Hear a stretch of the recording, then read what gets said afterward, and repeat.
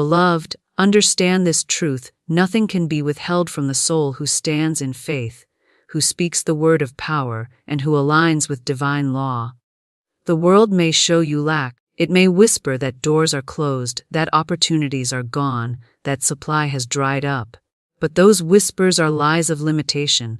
For in truth, you live in an abundant universe where all things are already prepared for you.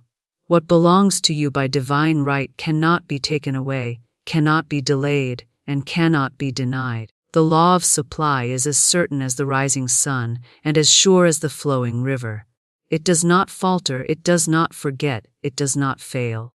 Only false belief can stand between you and your abundance, and once you remove that shadow, the light pours in and every good thing rushes to you. I tell you, beloved, the spoken word is your key. When you declare truth, when you speak abundance, the universe rearranges itself in your favor. The invisible becomes visible, the unseen manifests before your eyes, and the supply that was waiting finds its way to your hands. Beloved, listen carefully, for what I share with you is not mere philosophy but divine law. Lack is not real. It is only a shadow, a false picture painted by fear and doubt. In the great storehouse of spirit, there is no such thing as shortage, no such thing as delay. All things already exist in the invisible, and they wait for the command of your word to bring them forth. You may say, "But I have prayed, I have asked, yet nothing has appeared." And I tell you, it is not asking that opens the floodgates of supply, but affirming the truth with certainty. When you beg, you affirm that you do not have. When you affirm with authority, you declare that it is already yours. The universe always responds to the vibration of your belief. See yourself as a child standing before a banquet. Everything on the table is yours by inheritance. Yet if you sit in the corner, whispering that you are not worthy, you will never taste the feast. But the moment you rise, stretch forth your hand, and take what is yours with confidence, the universe applauds and gives you even more. Do not be deceived by appearances. The outer world is but a reflection of inner belief. If your mind rehearses fear, lack will show itself. If your tongue speaks doubt, doors will seem closed. But if you speak the word of abundance, the law must obey. Like a seed planted in fertile soil, your spoken truth will grow, it will multiply, and it will bear fruit in your life. Remember this: the law of supply is impartial. It does not favor one and withhold from another. It responds to faith as surely as gravity responds to the stone. Faith is the magnet, the force that pulls unseen riches into form, and faith is strengthened by your words. Each time you declare your abundance, you pull more of it into the visible. Each time you affirm divine right, you dissolve the clouds of delay. There is no power in resistance, no gain in striving. Your role is not to push against the tide, but to align with the current of divine order. Flow with the law, and supply will flow with you. Doors will open without effort. Resources will come without strain. For what is yours cannot be lost, and what is destined for you cannot be withheld. This is why I say, beloved, guard your words. Speak only those things you desire to see. Release words of lack, for they create more lack. Release words of fear, for they build walls around your good. Instead, let your tongue be the tool of creation. Let your voice ring with truth. Speak as if the abundance you seek has already arrived, and soon it will stand before you in flesh and form. The universe is listening. It is waiting for your command. And when your words align with divine law, nothing can stop the flow of supply. Beloved, now comes the moment when we do not only hear truth but speak it. For the spoken word is power, and power unused is power wasted. You are about to call forth your supply, to summon it from the invisible into the visible. Say these words with me, and let them sink into the marrow of your soul. Nothing can be withheld from me. Say it once, and feel the strength of it. Say it again, and let every cell of your body believe it. Say it a third time, and know that heaven itself moves to honor your decree. The world cannot withhold my good. People cannot withhold my good. Time cannot withhold my good. What is mine by divine right must appear, must flow, must manifest. Like a river breaking through a dam, my supply cannot be stopped. Divine supply flows to me now, easily and in perfect order. Say it slowly. Let each word roll like thunder in your spirit. Say it again with joy rising in your heart. Say it a third time. And see in your mind the doors opening, the channels widening, the abundance pouring in. No struggle, no delay, no resistance. It comes as naturally as breath, as certain as sunrise. I do not chase, I do not beg, I do not force. I simply align, and the supply finds me. What is mine by divine right cannot be delayed or denied. Speak it once with firmness.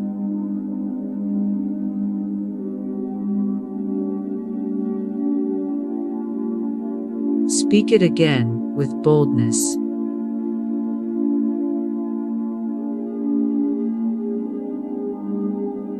Speak it a third time with complete certainty.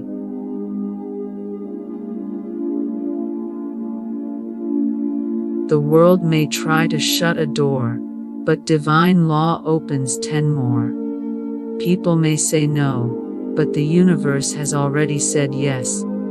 Delay is dissolved, denial is erased, and my blessings come to me without obstruction. I am one with the infinite source, and it provides without fail. Say it once with reverence. Say it again with faith.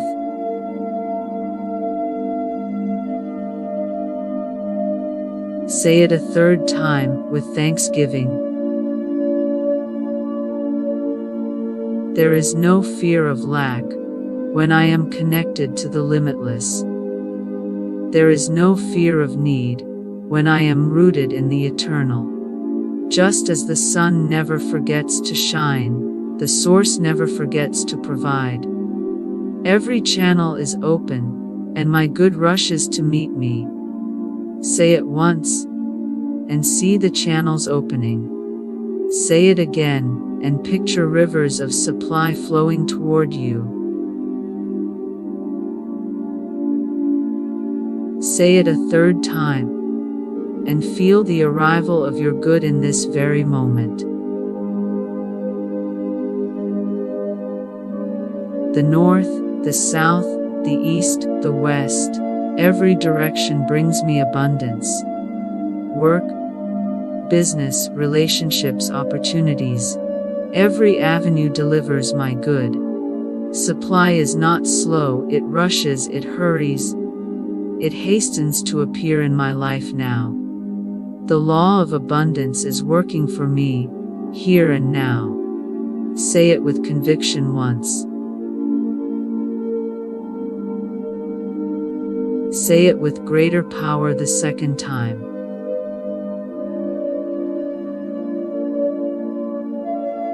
Say it with unstoppable faith the third time.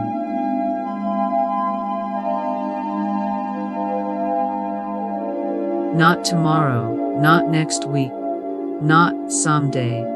Here and now.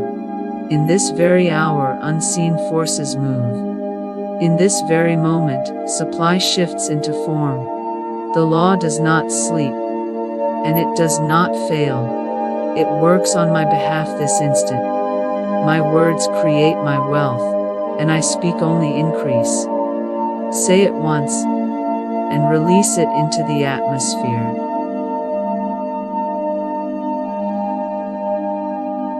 Say it again, and feel it planting in your subconscious. Say it a third time, and see the harvest it brings. Every sentence is a seed, every word a decree. I no longer speak of lack, I no longer declare limitation.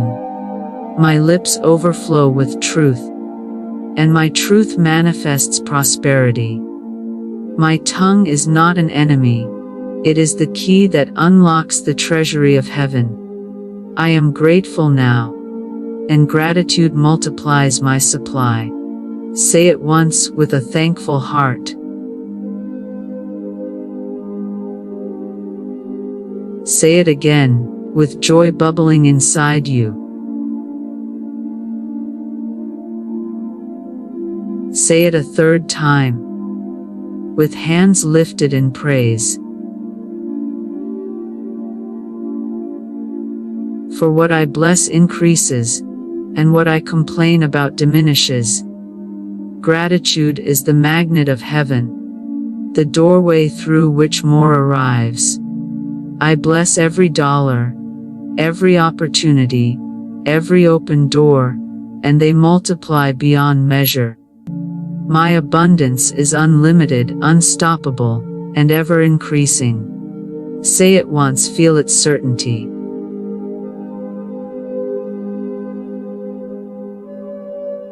Say it again, feel its momentum.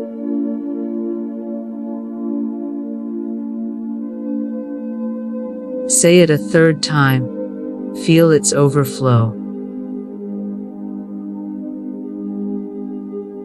The world cannot limit me, circumstances cannot bind me, time cannot restrict me. My abundance grows daily, multiplies hourly, expands continually. It does not run dry, it does not diminish, it does not end. It only grows. Nothing can be withheld from me, for I am aligned with divine law. Say it slowly once.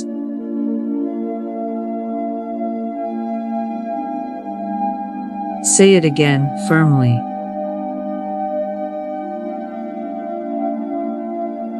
Say it a third time, victoriously. The law cannot lie, and the law cannot fail. Just as gravity holds the stars in their place, divine law holds my good in my hands. No power of man, no condition of earth, no delay of time can stop it. What is mine flows to me freely, abundantly, and eternally. Beloved, you have spoken the words of truth, and the law has heard you. The universe does not delay, the spirit does not hesitate. Even now, the supply you have claimed is moving toward you. Doors are opening, channels are widening, and opportunities are finding their way to your life. Nothing can be withheld from you, for divine law has sealed your good with eternal certainty. What you have affirmed is not a wish, it is not a dream, it is a decree. And a decree spoken in faith is a command that heaven itself rushes to fulfill. Remember always, lack is only an appearance. Do not be moved by appearances. Be moved by truth. The outer may try to whisper otherwise, but the inner law declares your abundance as sure and unstoppable. Hold fast to what you have spoken, for it is already established in the invisible, and soon shall appear in the visible. Walk now in confidence, for you are not chasing supply. Supply is chasing you. You are not forcing doors. Doors are swinging wide before you. You are not begging for scraps. You are seated at the banquet of the universe, and the feast is yours without limit.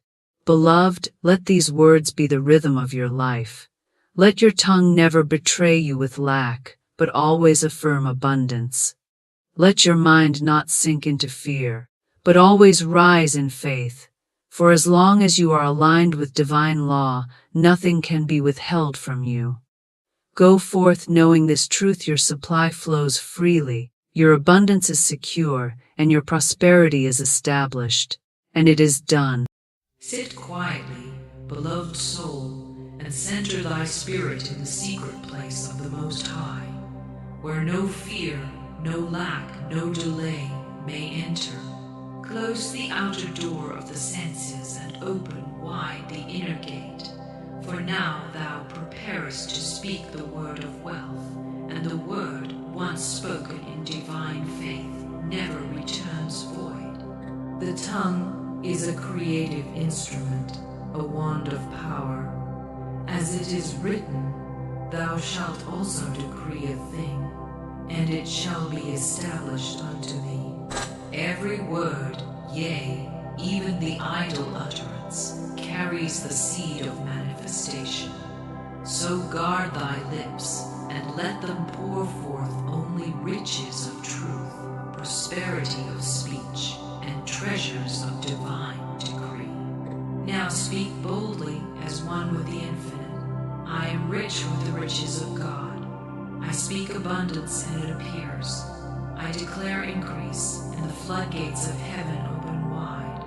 I am the heir to the kingdom, and all I desire is mine by divine inheritance. Say it again and yet again, for the subconscious is moved by repetition, and faith cometh by hearing. God is my supply, large, rich, opulent, immediate, and unending. The wealth of the world flows to me now, without resistance, without fear, without delay. Let the words roll off thy tongue like living waters, for thy words are seeds in the soil of the unseen. By thy words thou shalt be justified. Therefore speak not of debt, nor lack, nor limitation, for these are but shadows and dreams. Instead, speak the word of wealth, which is the word of God. I say unto thee, let the word go forth in authority. Every bill is paid, every need is met, every desire is fulfilled. I do not beg, I do not borrow, for I am supplied from the infinite source that never runs dry. Feel the vibration as thou speakest. Feel the air change, the very atoms rearrange. For when the word is spoken with faith, all heaven moves to fulfill it. He sent his word and healed them. And so he sends thy word and prospers thy way. Let not doubt follow thy declaration. Let not fear creep in behind thy faith. For a double-minded man is unstable in all his ways. Speak once and stand. Declare once and rejoice. Speak as one who knows, and the wealth shall answer. Say now with holy conviction, I rejoice in the spoken word. I speak life into my finances, strength into my savings, multiplication into my storehouse. Angels of supply, go forth now. My voice hath summoned you. You obey the command of the Christ within me. Do not question the how. The word creates the way. Do not reason in the flesh. The Spirit brings the supply. Only speak, and let the law work its perfect work. Speak once more before the silence returns. I now speak divine abundance into my life. My words are rich with gold. My voice echoes with prosperity. And every sound I release is a trumpet of triumph. The word is wealth, and I have spoken it. So it is. Remain still, for the word has been sent. And now we prepare to see what the word has created. Now that the word has been spoken, let the inner eye behold that which has been decreed. For as the Master taught, according to your faith be it unto you. And faith is the evidence of things not seen, yet seen in the secret place of the imagination, where all form is first conceived. Close thine outer eyes, and open the eyes of the Spirit. Be still, and see the wealth that is already thine by divine right. Let not the outer world cloud thy vision, for it is but a mirror of former thoughts. Now we behold a new image, a heavenly vision, thyself surrounded by divine luxury, not the pomp of pride, but the comfort of completion. See the house thou hast longed for, already built in the unseen. See thy hands counting the substance. See the bills stamped paid in full. See thy table richly spread. See the doors open that once were shut. Imagine with sacred boldness, I see myself blessed beyond measure. I walk in beauty and in bounty. I dwell in homes of peace. I drive in freedom. I travel in favor. Everywhere I go, divine substance meets me there. Thy imagination is the womb of creation. It is the sacred workshop where angels labor. And the Lord hath said, lift up now thine eyes and look for all the land which thou seest. To thee will I give it. Therefore, look and receive. See not with strain, but with ease. See not with fear, but with joy. For that which thou seest in spirit, if held with love, shall come forth in time. The mind's eye is the architect, and the word is the builder. Say now with glad assurance, I see money flowing to me from unexpected places. I see doors swinging wide. I see divine appointments, sacred arrangements, heavenly contracts sealed and delivered. Me now, what I see in truth, I shall hold in hand. Do not paint lack. Do not frame poverty. Do not decorate fear. For what thou drawest upon thy mental screen, thou invitest to dwell in thy house. So let thy vision be holy. Let thy pictures be of abundance, of overflowing treasure, of joy without sorrow. I see myself blessing others. I see myself tithing in joy. I see myself investing with wisdom. I see myself speaking as one with plenty. I see myself in perfect financial harmony with the laws of God. Let this vision settle deep within thy soul. Let it be written upon the tablets of the heart. For what thou seest continually, thou becomest. And the world shall conform to the divine image within. Hold now the picture still. Do not rush away. Let it bloom like a flower in spring. Let it grow stronger, brighter, clearer, for thou art aligning with the divine frequency of receiving. And now, dear soul, let us feel that sacred frequency, that holy vibration of joy. For it is not enough to speak and see, thou must feel as one who already hath. Let the heart now awaken, for feeling is the magnet that draws the unseen into form. The word hath been spoken, the vision hath been seen, and now thou must feel not as one who waits, but as one who has already received.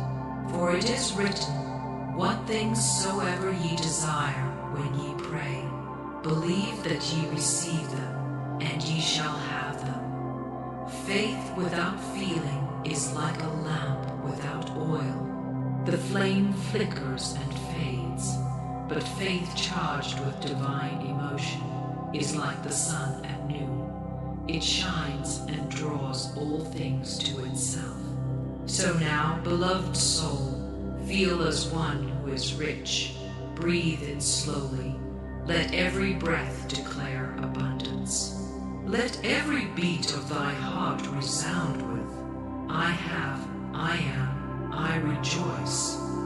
For the feeling of having is the secret key to the kingdom. Say softly within, I feel the joy of abundance.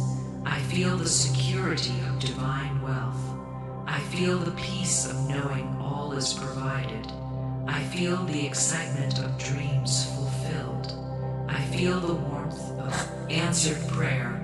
I feel the gladness of every need met before I even ask. Let thy body now align with that truth. Sit in the posture of wealth, Walk with the stride of sufficiency. Speak with the tone of one who knows the feast is already set before thee. Thou art no longer begging, hoping, nor wishing. Thou art feeling the living vibration of having. For as he thinketh in his heart, so is he. And so let thy heart declare, I am receiving now. I feel the golden stream of substance pouring into my life. I feel the divine order arranging all things in my favor. I feel the love of infinite prospering my path. I feel money coming easily, frequently, and miraculously. This feeling is not forced, it is remembered. For thy soul already knows this frequency. It is the original language of thy being. It is the tune of the garden, the rhythm of Eden, the melody of thy divine inheritance. Feel it again. I am vibrating with wealth. I am resonating with riches. I am a beacon for divine substance. I am tuned to the frequency of receiving. My whole being sings with gratitude before the gift arrives, for I know it is already done. Let the body be still, and let the heart rejoice. Let the spirit take dominion. Let thy whole self be lifted into the atmosphere of fulfillment. For now, thou art not creating from effort, but from alignment. The joy thou feelest now is the evidence of things unseen. The peace that settles upon thee is the signature of heaven. Do not wait for the evidence of the outer. The feeling is the proof of the inner. And that which is felt in truth cannot be withheld. As thou dwellest in this holy vibration, surrender thyself to the great plan. For now we move from feeling into perfect trust, where divine right order takes hold and brings the harvest into view. Now, precious soul, having spoken the word, having seen the vision, having felt the joy, thou must release it into divine right order. For no seed bears fruit while clutched in the hand. It must be sown into the soil of spirit with full trust in the law that governs all things. Thy part is complete, the rest belongeth to God. Trust in the Lord with all thine heart, and lean not unto thine own understanding. In all thy ways acknowledge him, and he shall direct thy paths. This is the great surrender, not of desire, but of control. For the infinite knows the way, even when thine eyes do not see the steps ahead. Release now every concern, every thought of how and when. Lay it upon the altar of faith.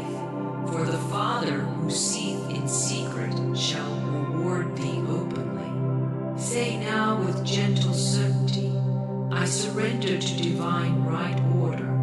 I release all plans and let God's perfect plan unfold. I trust the process of prosperity. I trust the divine timing of wealth. I trust the unseen hand arranging all in my favor. The soil does not strive to bring forth the harvest. It yields to the law, and the seed grows. So too must thou yield. Let go of force, let go of fear, let go of hurry. For in stillness, miracles are born. Let these words rise from within. Everything I seek is seeking me now. I no longer chase, I magnetize. I no longer worry, I worship. I no longer grasp, I glow with peace. Divine order is at work in my finances, my home, my heart. I rest in God. Rest not in passivity, but in power. For surrender is the highest vibration of faith. It says, though I see not the path, I know the promise. It says, though the fig tree may not blossom, yet will I rejoice in the Lord. This is the holy calm of knowing, the sacred hush of full trust. are dispatched, the channels are open, the supply is flowing. Say once more and let it echo through the corridors of creation. I surrender to the rhythm of the divine. I do not force manifestation, I allow it. I do not demand the door. I know it shall be opened. I do not panic at delay. I rejoice in divine orchestration. Every seeming delay is a divine choreography. Every closed door is a redirection to greater glory. Every detour is the path, so trust and be not moved. Surrender is not weakness, it is alignment. Thou haste now become the vessel through which the law flows without obstruction. No fear clouds the current, no doubt disturbs the design. All is in order, all is prepared, all is being made manifest. And now, with hands open and heart lifted, prepare to receive in joy. For the table is spread, and thy cup runneth over. Open now thy spirit wide, beloved one, for thou standest at the threshold of the promise. The word hath been spoken in faith. The vision hath been seen in truth. The feeling hath aligned thee with heaven's frequency. The surrender hath placed all things in motion. Now receive with joy and holy gratitude, for the manifestation is at hand. Let every cell of thy being awaken to celebration. Let every breath testify, it is done. For gratitude is the song of the soul fulfilled, and joy is the echo of answered prayer. As it is written, delight thyself also in the Lord, and he shall give thee the desires of thine heart. Receive now with gladness. I receive divine wealth into my life. I receive unexpected money, inherited favor, and overflowing provision. I receive with ease. I receive with wonder. I receive with thanksgiving. Let no guilt accompany thy blessing. Let no shame shadow thy good. For thou art not stealing what is not thine. Thou art claiming what God hath already ordained. Thou art the rightful heir. The banquet has been long prepared. Thou art not intruding. Thou art arriving. Say now with sacred conviction, I receive it now with open hands and a grateful heart. I do not resist. I do not shrink. I expand into the fullness of my inheritance. Feel the riches of spirit wrapping around thee like a warm mantle. Feel the treasure of heaven pouring into thy experience, not just gold, but peace, not just supply, but song, not just money, but meaning. Let joy rise within thee like the morning sun. Let it dance upon the waters of thy life, for joy is the sign that the door is open. Joy is the shout of heaven saying, yes, beloved, yes, all this and more. Declare now, I rejoice in all that is mine. I rejoice in every blessing, seen and unseen. I give thanks before it arrives, and I sing after it appears. My harvest is here, my cup overflows, my barn is full, my heart is light. I have received, and now go forth not as one who waits, but as one who walks in the reality of the spoken word. Bless others with thy joy. Pour out from thy fullness.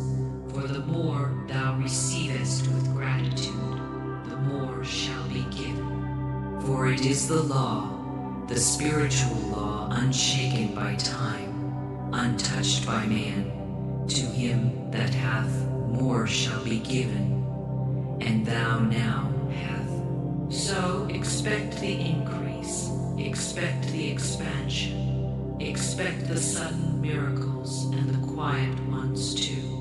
Whisper now, as a final seal upon thy manifestation. Thank you, God, for all that I have. Thank you for all that is flowing. Thank you for the riches, the rest, the radiance I receive. I rejoice. I am redeemed, and so it is.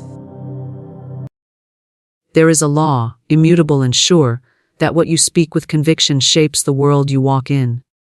Words are not idle puffs of air. They are living seeds, carrying within them the exact form of the harvest they will bring forth. To the unawakened, speech seems harmless, casual, inconsequential, but to the one who knows, the tongue is a wand, and every syllable is a decree. The unseen is quick to obey a spoken word wrapped in faith. And so, the one who understands speaks not from fear, not from lack, but from the certainty that all good is already theirs. When I say, I spoke it, I speak of the instant when thought crystallized into declaration. No longer did I whisper requests like a beggar at a gate. I pronounced truth as a ruler pronounces law.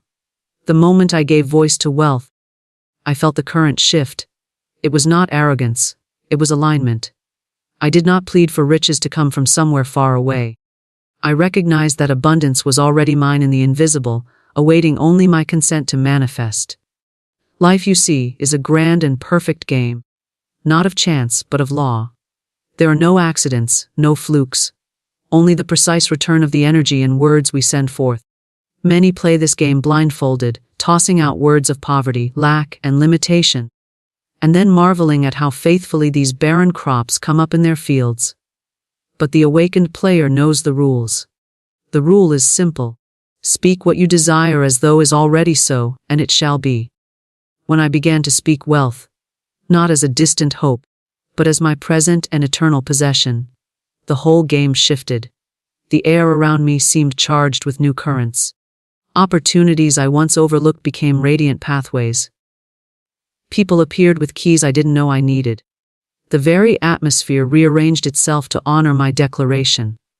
I learned that to speak in faith is to set the game board in motion in your favor. To speak doubt is to give your opponent, the shadow of fear, the upper hand. Every time my tongue shaped the words, I am wealthy, I was not lying. I was not boasting. I was telling the highest truth. For wealth is not merely coins and contracts, it is the flow of every good thing: ideas, health, peace, joy, and yes, money. The moment you speak wealth with conviction, the universe begins to deal you the cards that match your declaration. Speak it faintly, and you receive faint returns. Speak it with the fire of knowing, and wealth comes rushing as though it had been standing just outside your door, waiting for your command to enter. This is the wealth game: to speak, in the language of certainty, the life you desire, until the unseen rushes forward, dressed in the form of your words, and you find yourself living in the very sentence you once dared to utter. Words are seeds that shape reality, and the truth of this statement is woven into the very fabric of existence.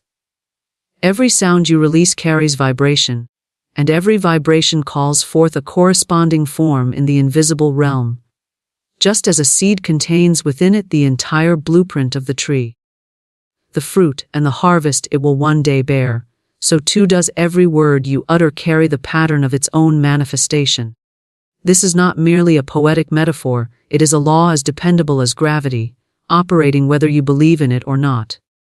When you understand this, you begin to weigh your words like gold, for you know that careless speech can plant weeds in the garden of your life, just as intentional speech can plant orchards of plenty.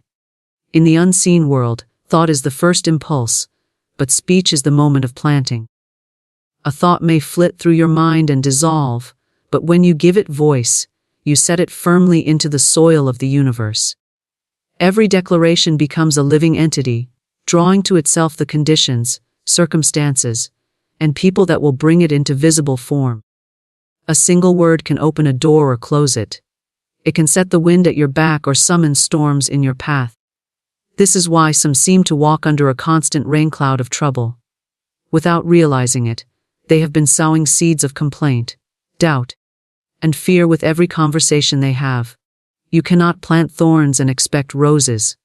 If you continually speak of your lack, your failures, your limitations, you are planting the very conditions you wish to escape. The soil of life is utterly impartial. It will give you back in multiplied form whatever you put into it. It does not stop to judge whether the seed is useful or harmful, beautiful or ugly. If you plant it, it grows. This is why the wise person guards their words with vigilance, for they know that each one carries the full potential of its harvest. The shaping power of words is not a matter of superstition, but of vibration and resonance. When you speak, you emit a frequency, and that frequency draws like unto like. Speak wealth, and you call to yourself the energies, ideas, and opportunities that match wealth. Speak health, and vitality begins to answer. Speak love, and loving relationships begin to appear. But speak loss, and loss will find you. Speak sickness, and your body will answer with weakness. You are not merely describing life with your words, you are directing it. Consider the way a farmer works. They do not throw seeds into the earth without knowing what they will produce. They choose with care, knowing that the earth will not alter their choice, it will only give back what was sown. In the same way, your conversations, your affirmations, even the words you mutter under your breath when no one is listening, are all part of your planting. Many imagine that only their big declarations matter, but the truth is that every word counts. The casual joke about being broke, the repeated mention of bad luck, the half-serious complaint about never having enough time. All of these are seeds, and all of them will grow if you continue to water them with repetition. Watering, in this sense, is simply giving attention and energy to the words you've spoken. A seed planted but never watered will not thrive. Similarly, a word spoken once may not have much force if it is quickly replaced by higher truths. But a word repeated often, with emotion and conviction, sinks deep into the soil of the subconscious and the universal mind, and there it takes root. Once rooted, it will grow into the exact form of its seed. Whether that seed was of joy or sorrow, abundance or scarcity, your reality today is the harvest of seeds sown in the past, both by you and by others whose words you accepted as true. If, as a child, you heard repeated statements about money being scarce, success being difficult, or life being a struggle, those seeds were planted in your consciousness. If you did not remove or replace them, they may still be producing thorns in your life today. But here lies the great power of understanding. You can choose new seeds at any moment. You can speak new words, and those words will begin to grow into a new reality. When you realize that every sentence you utter is either a seed for a future you desire or a weed for a future you dread, you begin to speak with a new kind of awareness. You listen to yourself and others, not only for meaning but for the seeds being sown. You notice when someone says, "I can't afford that," or "Nothing ever works out for me," and you understand that they are planting future experiences to match those exact words. You may even feel the urge to gently redirect them, or yourself, toward statements that plant better seeds. The reason words are so powerful is that they work on two levels at once. They program your own mind, and they send a signal to the world beyond you. When you speak a word, your subconscious accepts it as a command and begins to seek ways to make it true. At the same time, the energy of that word moves outward into the universal field, calling forth conditions and events to match its vibration. This is why a person who constantly talks about misfortune often experiences more of it. They have trained both their inner and outer worlds to align with that pattern. The shaping power of words does not require dramatic declarations or forceful speech. Whispered words carry the same creative charge as shouted ones, provided they are spoken with belief. Even a thought, when repeated silently but consistently, can have the same effect, for thought is simply unspoken speech. Yet spoken words hold a special potency because they involve the physical body, the breath, and the vibration of sound, making them a more tangible and direct act of creation. If you were to treat your words as a gardener treats precious seeds, you would speak only what you are willing to see grow in your life. You would stop rehearsing old injuries, Stop complaining about present circumstances, and stop speaking about things you do not wish to experience again. You would, instead, speak health over your body, prosperity over your affairs, peace over your home, and success over your endeavors. You would see your words not merely as expressions of what is, but as instruments for shaping what will be. The shaping happens whether you notice it or not, which is why unconscious speech is the greatest thief of destiny. To speak without awareness is to throw seeds into the wind, letting them land where they may, and then wondering why the garden grows wild with things you never intended. But when you speak with intention, you become the master gardener, planting rows of good seed and knowing that, in time, the harvest will come exactly as you have sown. Speak desires as present truths, for in doing so you align yourself with the law of creation as it was meant to work. The unseen realm does not respond to longing, nor does it respond to the wistful tone of someone who wishes they might one day receive what they want. It responds to certainty, to the vibration of a mind and heart that knows the thing is already theirs. When you speak a desire as though it is in the distant future, you are continually pushing it away from you. When you speak it as now, as here, as already manifest, you draw it into your lived experience with a force as natural as breathing. The present tense is the language of creation, for creation is always happening in the now. Those who understand this do not speak of what they want as if they are chasing it down the road. They speak as though they are living it already, because in truth, they are. In the unseen, every good thing already exists in complete form. It is your recognition and acceptance of it that causes it to take shape in your visible life. To say, I will be wealthy, is to declare that you are not wealthy now. To say, I am wealthy, is to step into the identity of one who has already received. The difference may seem subtle, but it is the difference between a closed door and an open one. The universe mirrors your state of being, and your words are the clearest indicators of what that state truly is. When you speak desires as present truths, you bypass the vibration of lack. Lack says, I wish I had this, and the law responds faithfully, giving you more wishing, more absence, more of the gap between you and the thing you want. Truth says, it is already mine, and the law responds with matching evidence. This is not a trick of pretending or a mental game of make-believe. It is a recognition that the spiritual supply precedes the physical supply, and to speak it now is to claim it from the storehouse where it has been waiting for you. There is a vast difference between hoping and knowing. Hope looks ahead and wonders if. Knowing stands in the now and says, it is. Hope has an energy of reaching, knowing has an energy of resting. When you speak in the language of knowing, you release the tension that pushes the desire away. You no longer strain for it, you allow it. And it is in that allowing that the flow quickens, for nothing is blocking it with doubt or delay. The words you use to describe your desires are the most reliable measure of whether you are living in hope or in knowing. Listen closely to yourself. Do you say, one day I will have my dream home? That is a seed of postponement. Do you say, I am living in my dream home? That is a seed of manifestation. Even if you are physically standing in a different house, you are spiritually claiming your place in the one that is yours, and that claim is what makes it possible for the two to become one. The mind will sometimes rebel against this practice, for it has been trained to equate the visible with the real. It will argue, how can I say I am wealthy when my bank account says otherwise? But here is the key: the visible is the shadow, not the source. Your words are not describing the shadow, they are shaping the source. When you speak from the source, the shadow must change to match it.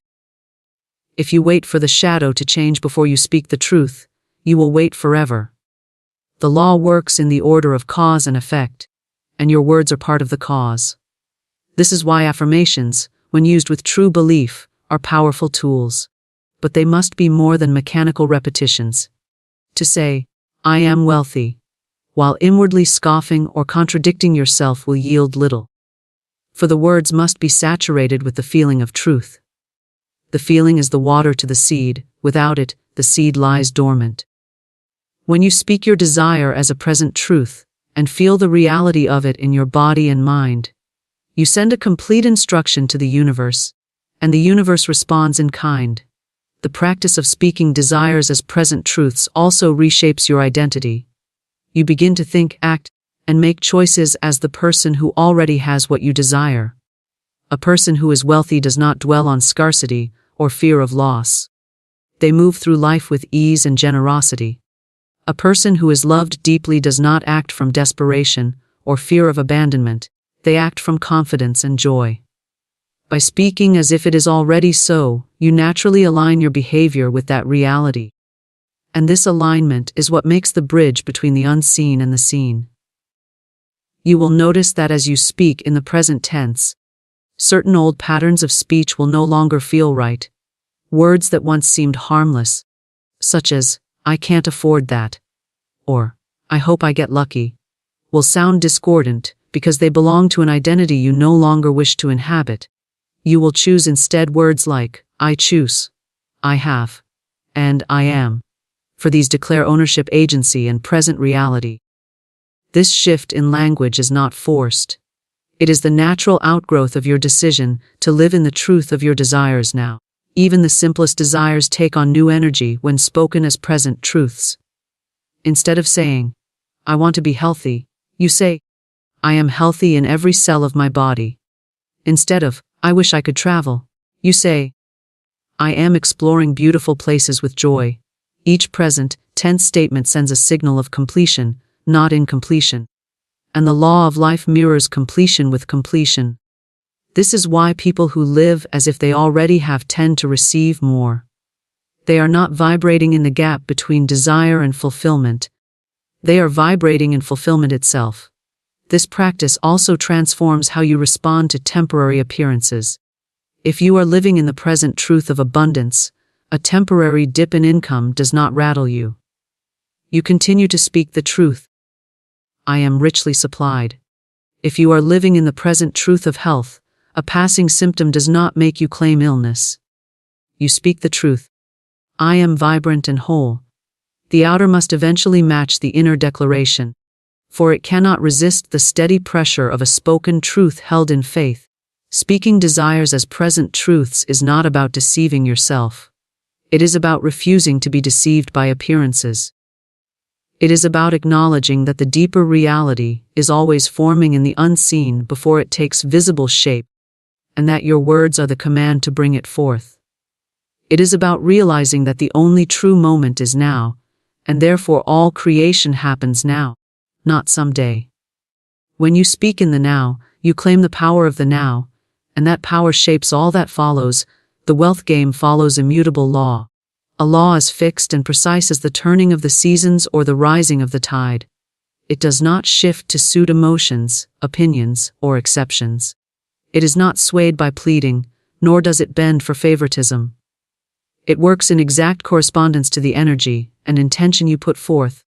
And once you understand this, the mystery of why some prosper while others struggle begins to dissolve. The wealth game is not a gamble. It is a lawful exchange between the inner state and the outer result, between what you believe, speak, and expect, and what you experience in the visible world. Those who win at this game are not necessarily the most talented or the most connected, but they are the ones who have learned to work with the law rather than against it. This law has been operating since before you drew your first breath, and it will continue long after you have left this particular life. It governs every transaction, every opportunity, every flow of resources. To ignore it is to live at the mercy of circumstances. To align with it is to step into a position of mastery. The alignment begins with knowing that wealth, true wealth, originates within. Outer money, possessions, and opportunities are simply the shadows cast by your inner state. The law mirrors what you hold as reality, not what you wish were reality. If you play the game with a mindset of lack, the law will return lack to you, no matter how hard you work or how much effort you exert. If you play it with the consciousness of abundance, the law will return abundance, often with an ease that defies logic. In this game, there is no room for randomness. Every result has a cause, and the cause always begins in the invisible realm. Your beliefs, words, and emotional states are the opening moves. They set the pieces in motion long before you see anything take shape. Just as gravity does not suspend itself because you forgot it was there, the law of wealth does not pause simply because you are unaware of how it works. It keeps responding to the instructions you give it.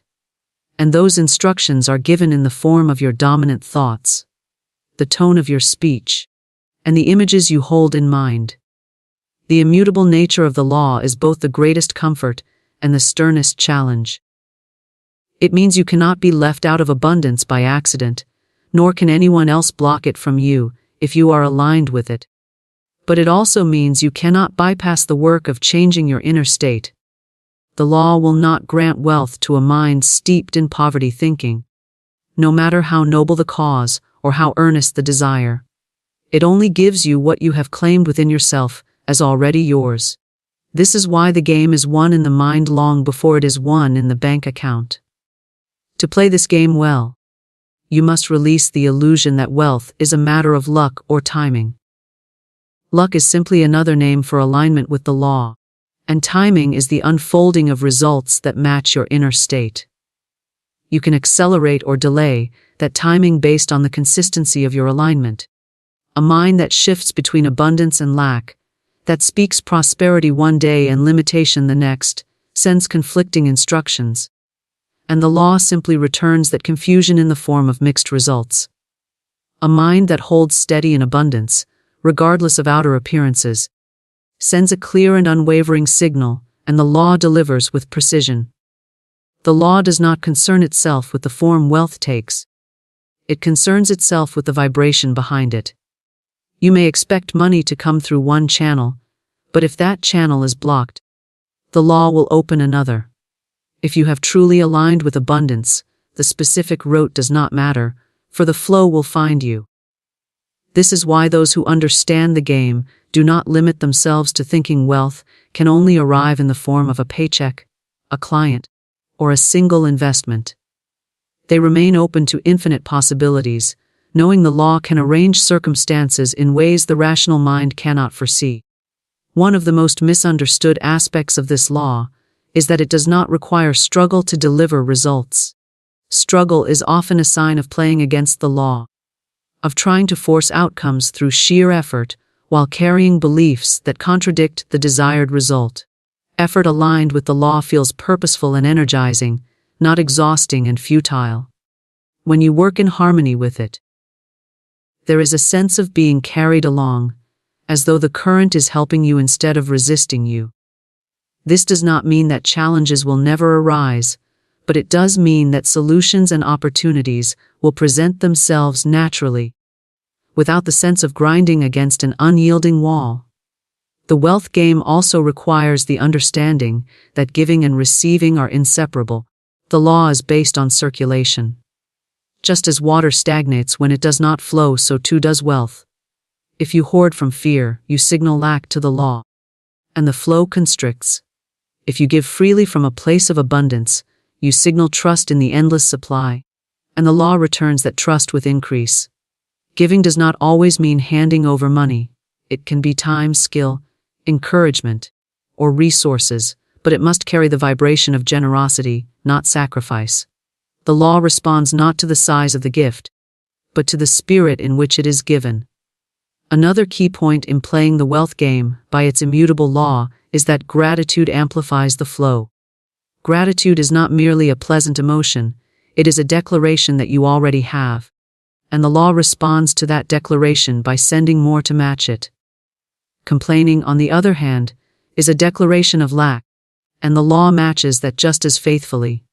This is why two people can be in identical financial situations, with one moving steadily into more abundance while the other sinks deeper into struggle. The difference lies not in the external conditions, but in how each is speaking to and interacting with the law. Because the law is unchanging, it becomes your most reliable ally once you align with it. You no longer need to guess at outcomes or live in fear of sudden reversals. For you know that as long as your inner state remains in harmony with abundance, the outer will inevitably reflect it. This stability allows you to act from confidence, rather than desperation, to make decisions based on vision, rather than fear. You begin to see opportunities where others see obstacles, because your inner alignment causes you to interpret events differently. In the wealth game, the immutable law is not something to manipulate or outwit, it is something to understand and cooperate with. You win not by overpowering it, but by working with it, just as a sailor works with the wind instead of fighting it. You study its patterns, you adjust your sails to match its direction, and you allow it to carry you toward your destination. When you understand this, the sense of life being a random struggle begins to fade, replaced by the awareness that you are engaged in a precise and elegant system where your role is to set the inner tone and let the law do its perfect work. Faith-filled speech activates abundance because it carries the force of certainty, the energy that moves unseen substance into visible form. Words alone, without belief, are like seeds scattered on stone. They do not take root. But words infused with faith carry the full blueprint of the desired reality, and they find their place in the fertile soil of the universal mind. Faith is not a vague hope or a timid wish. It is the knowing that what you declare is already true in essence, even if your physical eyes have yet to see it. When such knowing fills your words, they become commands rather than requests, and the universe responds with precision to fulfill them. This is why two people can speak the same affirmation with very different results. One repeats the words mechanically, unsure if they will work, secretly bracing for disappointment. The other speaks them as a living truth, with the same calm assurance they would have in describing the sun rising tomorrow.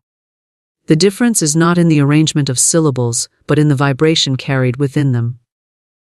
The law of life answers the vibration, not the sound. When your speech carries faith, it carries a frequency that draws matching circumstances into your experience. Faith-filled speech also bypasses the inner resistance that often blocks manifestation. Doubt sends a mixed signal. One moment it asks for abundance, and the next it questions whether abundance is possible. This inconsistency confuses the creative process, producing delayed or partial results. Faith, however, holds steady. It does not waver based on temporary appearances. When you speak from faith, you do so with the quiet conviction that the outer world is in the process of rearranging itself to match your words, and you are unmoved by the time it takes for that rearrangement to become visible. There is a direct link between what you believe about your power to create and the words you choose to speak. If you believe you are at the mercy of chance or luck, your speech will carry uncertainty, even if you try to hide it behind positive phrases. But if you believe you are an active participant in shaping your reality through the law of cause and effect, your words will naturally carry the tone of authority. That authority is what makes faith-filled speech so potent. It does not beg, it declares. It does not plead for conditions to change. It announces the change as already present in the unseen. Faith-filled speech also activates abundance because it shifts your state of being instantly. When you speak with conviction, you step into the mental and emotional posture of someone who already has what they desire. You cannot say with true faith, "I am richly supplied," without feeling the corresponding expansion in your body and mind. This shift in state is crucial, for abundance flows to a consciousness that matches its vibration. By speaking in faith, you match that vibration now, rather than postponing it until after the evidence appears. This practice becomes most powerful when circumstances seem to contradict your words. It is easy to speak abundance when the bank account is full and opportunities are flowing. But when the outer world shows lack, the temptation is to speak lack as well. The one who understands the creative process resists this temptation and continues to speak abundance with unwavering faith. In doing so, they refuse to be hypnotized by appearances, and instead give their allegiance to the reality they are creating. The law responds to the reality you give energy to, not the one you passively observe. Faith-filled speech requires imagination, for you must speak of what you do not yet see, as if it were already here. This is not self-deception but self-direction. You are instructing your subconscious mind and the universal law to bring forth what you have pictured. Imagination feeds the feeling behind the words, and the feeling gives them life. Without feeling, words are like hollow shells. With feeling, they become living seeds. Faith naturally generates feeling, because it is rooted in the certainty that your declaration is aligned with truth. When you speak in faith, you also reprogram the patterns of your own mind. Old habits of thought, those that insist on caution, doubt, or fear, begin to dissolve in the presence of steady, confident declarations. The more you hear yourself affirm abundance with conviction, the more your subconscious accepts it as fact. This inner acceptance is the turning point, for once your subconscious is convinced, it begins to operate in harmony with your spoken word, guiding your actions, decisions, and perceptions toward the fulfillment of your declaration. Faith-filled speech changes the way you interact with opportunities. A person who doubts their worthiness or doubts the availability of abundance might fail to recognize or act on openings when they appear. But one who has been speaking abundance in faith is primed to see every sign of it, to act boldly, and to step into the flow without hesitation. The words you have spoken have not only called abundance to you, they have prepared you to receive it. It is important to understand that faith-filled speech is not about forcing belief through sheer willpower. It is about cultivating a sense of inner certainty through repeated alignment with the truth you are declaring. At first, the words may feel unfamiliar or even uncomfortable if they contradict long-held beliefs. But as you persist, pairing them with the mental image and feeling of fulfillment, they begin to feel natural. Soon, they are not something you must remind yourself to say. They rise from within you as the most natural expression of your state of being. The act of speaking in faith also engages the body, which adds another layer of power to the process. The tone of your voice, the rhythm of your breath, the way your chest opens as you declare your truth. All of these send signals to your nervous system that you are in a state of safety and power. This physical alignment with your words further reinforces the vibration of abundance, making it easier for your whole being to sustain that frequency. Faith-filled speech has a cumulative effect. A single declaration may plant a seed, but repeated declarations, each spoken with conviction, create a field of energy so strong that it begins to override contradictory patterns. Just as a river carves a new channel over time, steady faith-filled speech carves new pathways in your consciousness, making abundance your default state.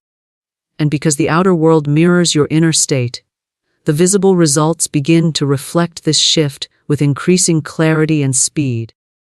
The most remarkable aspect of faith-filled speech is that it not only attracts abundance, but also transforms your relationship with it. Instead of chasing wealth out of fear of scarcity, you speak it into being from a place of knowing that supply is endless and always available. This dissolves the grasping, anxious energy that repels what you want and replaces it with a calm, magnetic presence that draws it naturally. Faith-filled speech is both the signal you send out and the state you step into, and in that alignment, abundance has no choice but to respond. Filled speech attracts lack because it declares, with every word, that what you desire is uncertain, unlikely, or unavailable.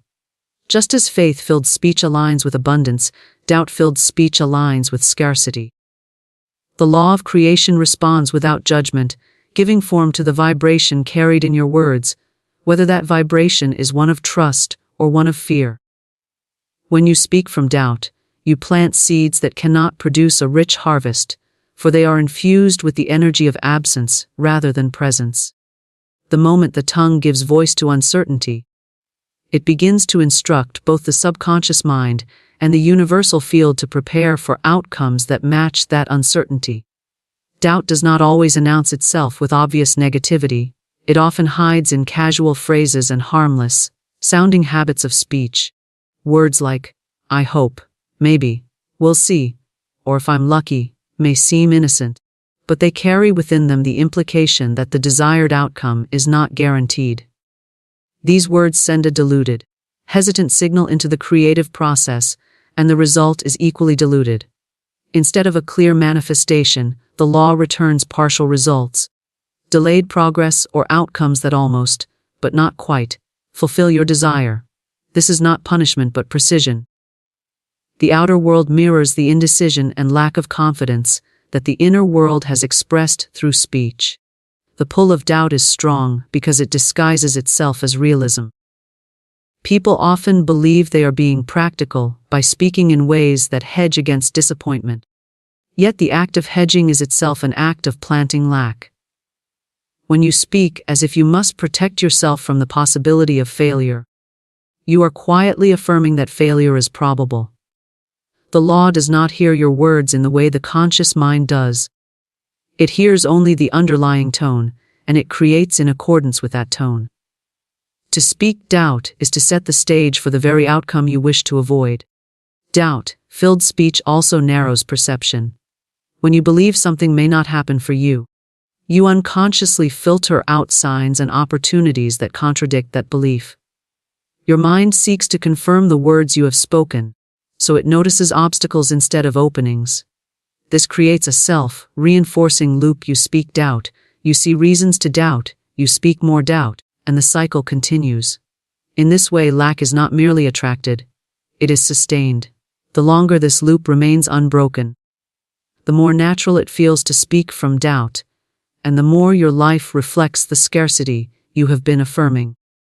One of the most damaging effects of doubt-filled speech is that it erodes the very faith needed to create change. Every time you speak your desire with hesitation, you weaken the muscle of belief. Over time, your mind begins to associate that desire with frustration and impossibility. You may even stop speaking of it altogether. Not because it has been fulfilled, but because you have trained yourself to expect disappointment. This quiet resignation is perhaps the most insidious form of lack, for it does not feel like doubt. It feels like acceptance of reality. Yet this so-called reality is nothing more than the harvest of seeds sown in the past through words of uncertainty. Doubt-filled speech is not only about what you say regarding your desires, it is also about how you speak of yourself. Words like, "I can't," "I'm not good at that," or "things never work out for me," anchor a sense of limitation in your identity. When you identify yourself as someone who struggles, fails, or misses opportunities, the law arranges circumstances to match that identity. Even if a door to abundance is placed directly before you, the vibration of self-doubt may prevent you from stepping through it. Or you may dismiss it as too good to be true. This attraction of lack through doubt-filled speech is not a mystical punishment. It is a direct consequence of the way creation responds to the energy behind words.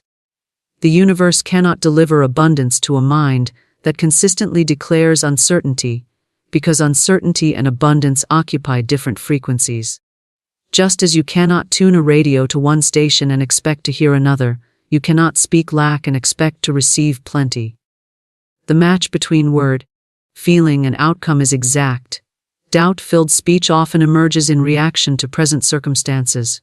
When the outer world shows lack, it feels natural to comment on that lack. People describe their shortages, their unpaid bills, their missed opportunities, not realizing that such speech is not a neutral description, but an active reinforcement of the very condition they want to change. The creative law does not differentiate between words spoken to vent frustration and words spoken as conscious declarations. Both are received as instructions. The more vividly you describe your limitations, the more deeply you ingrain them in both your mind and your reality. Even humor can carry the vibration of lack when it is rooted in doubt. Jokes about never having enough money or being cursed with bad luck may draw laughter, but they also plant seeds in the subconscious. Repetition, even in jest, reinforces identity. The subconscious mind does not interpret sarcasm, it accepts words as they are spoken, and the universal law responds accordingly. This is why casual, Habitual speech is often more influential in shaping your reality than the rare moments of intentional affirmation, because it is constant, unguarded, and deeply patterned. Breaking free from doubt-filled speech requires awareness and deliberate choice. You must listen to yourself with the same attentiveness you would give to someone else whose words directly impacted your future, because that is precisely what is happening. Every statement you make is a blueprint. Every sentence either affirms the presence of abundance or the absence of it. To shift from attracting lack to attracting plenty, you must catch the small, subtle phrases that undermine your desires and replace them with language that aligns with the reality you want. When you remove doubt from your speech, you also begin to dismantle it in your thoughts. The two are intimately connected. Thoughts shape words, and words reinforce thoughts. As you choose words that express certainty, you train your mind to dwell on possibilities rather than limitations. Over time, this creates a new internal atmosphere, one in which abundance feels natural, believable, and inevitable. Once that atmosphere is established, the outer world begins to reflect it with increasing clarity. The attraction of lack through doubt-filled speech is not instantaneous. It builds over time. A single doubtful statement may not create a noticeable effect, but the accumulation of such statements, repeated day after day, becomes a powerful force. In the same way, replacing doubt with certainty in your speech creates a compounding effect in the opposite direction. Each word of faith becomes a deposit in the account of your abundance, and as these deposits grow, the evidence of prosperity becomes more visible. Ultimately, the difference between attracting lack and attracting abundance is not about the number of hours worked, the amount of effort exerted, or the level of external opportunity. It is about the steady, repeated vibration you send into the world through your words. Doubt-filled speech tells the universe to hold back its gifts, to deliver only fragments, to keep the flow narrow. Faith-filled speech tells the universe to open the gates wide and let the full measure of good pour through. The choice between these two modes of speech is made in every conversation, every remark, and every self-reflection, and the results are as consistent as the law that governs them.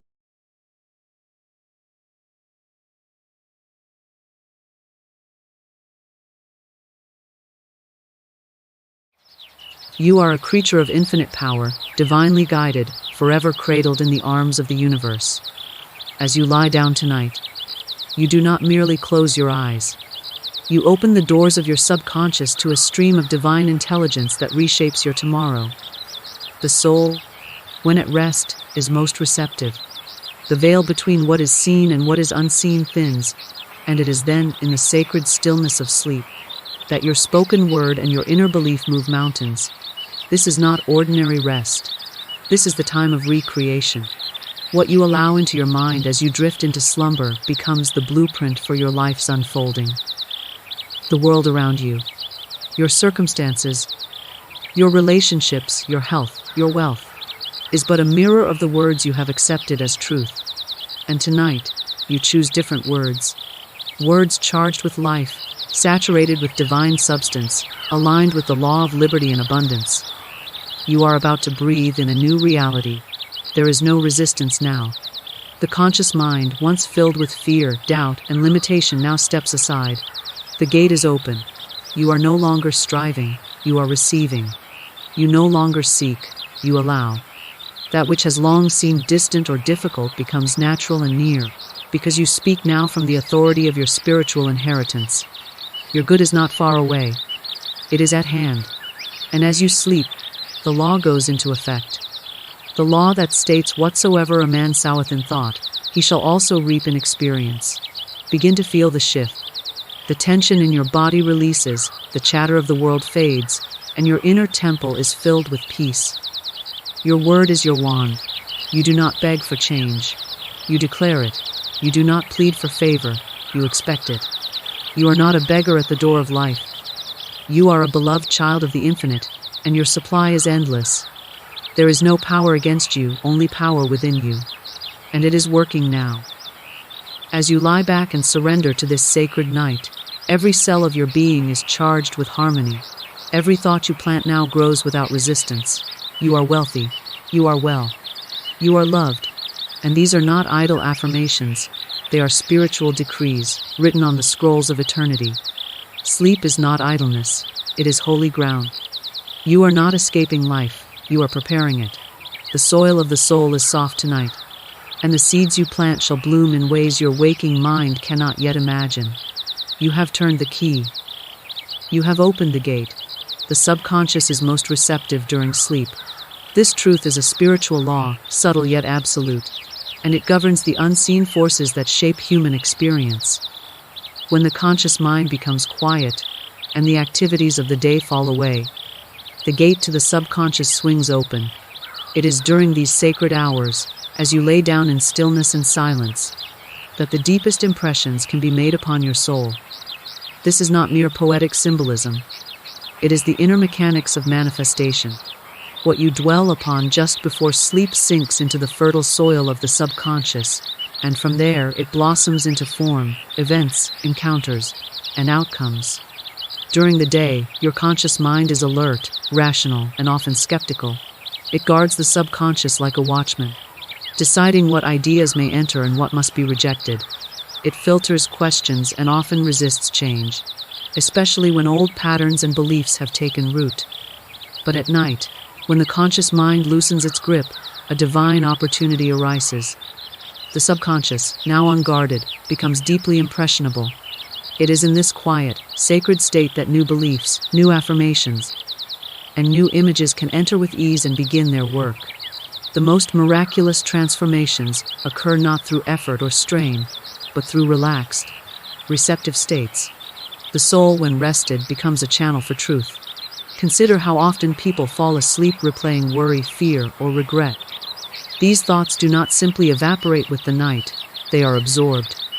They continue to work behind the scenes, creating outer experiences that reflect the inner atmosphere of the sleeper. A troubled mind cannot create a peaceful life. And yet, when one turns inward and begins to speak words of faith, love, abundance, and strength just before rest, those words are planted as seeds in the garden of the subconscious. The subconscious does not argue. It does not evaluate whether the statement is logical or probable. It simply receives, and whatever it receives, it sets into motion. The one who understands this principle begins to treat the hour before sleep as a sacred ritual. It is not wasted in idle distraction or passive entertainment, but used with reverence and purpose. To lie down and declare, "I am guided. I am loved. I am provided for," is not merely wishful thinking. It is a creative act, and the one who speaks it night after night begins to see their world change. They find themselves in the right place at the right time. They attract solutions, people, and circumstances that align with the inner picture they've painted. Because the subconscious is a builder, a silent worker that organizes the details of life according to the pattern it has received. There is no need to strive, plead, or push.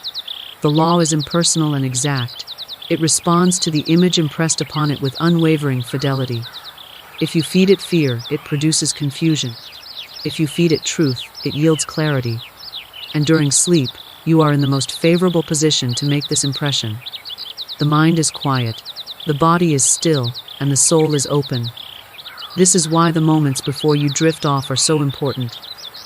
What you allow into your awareness becomes a command to the subconscious. It is not listening to your wishes.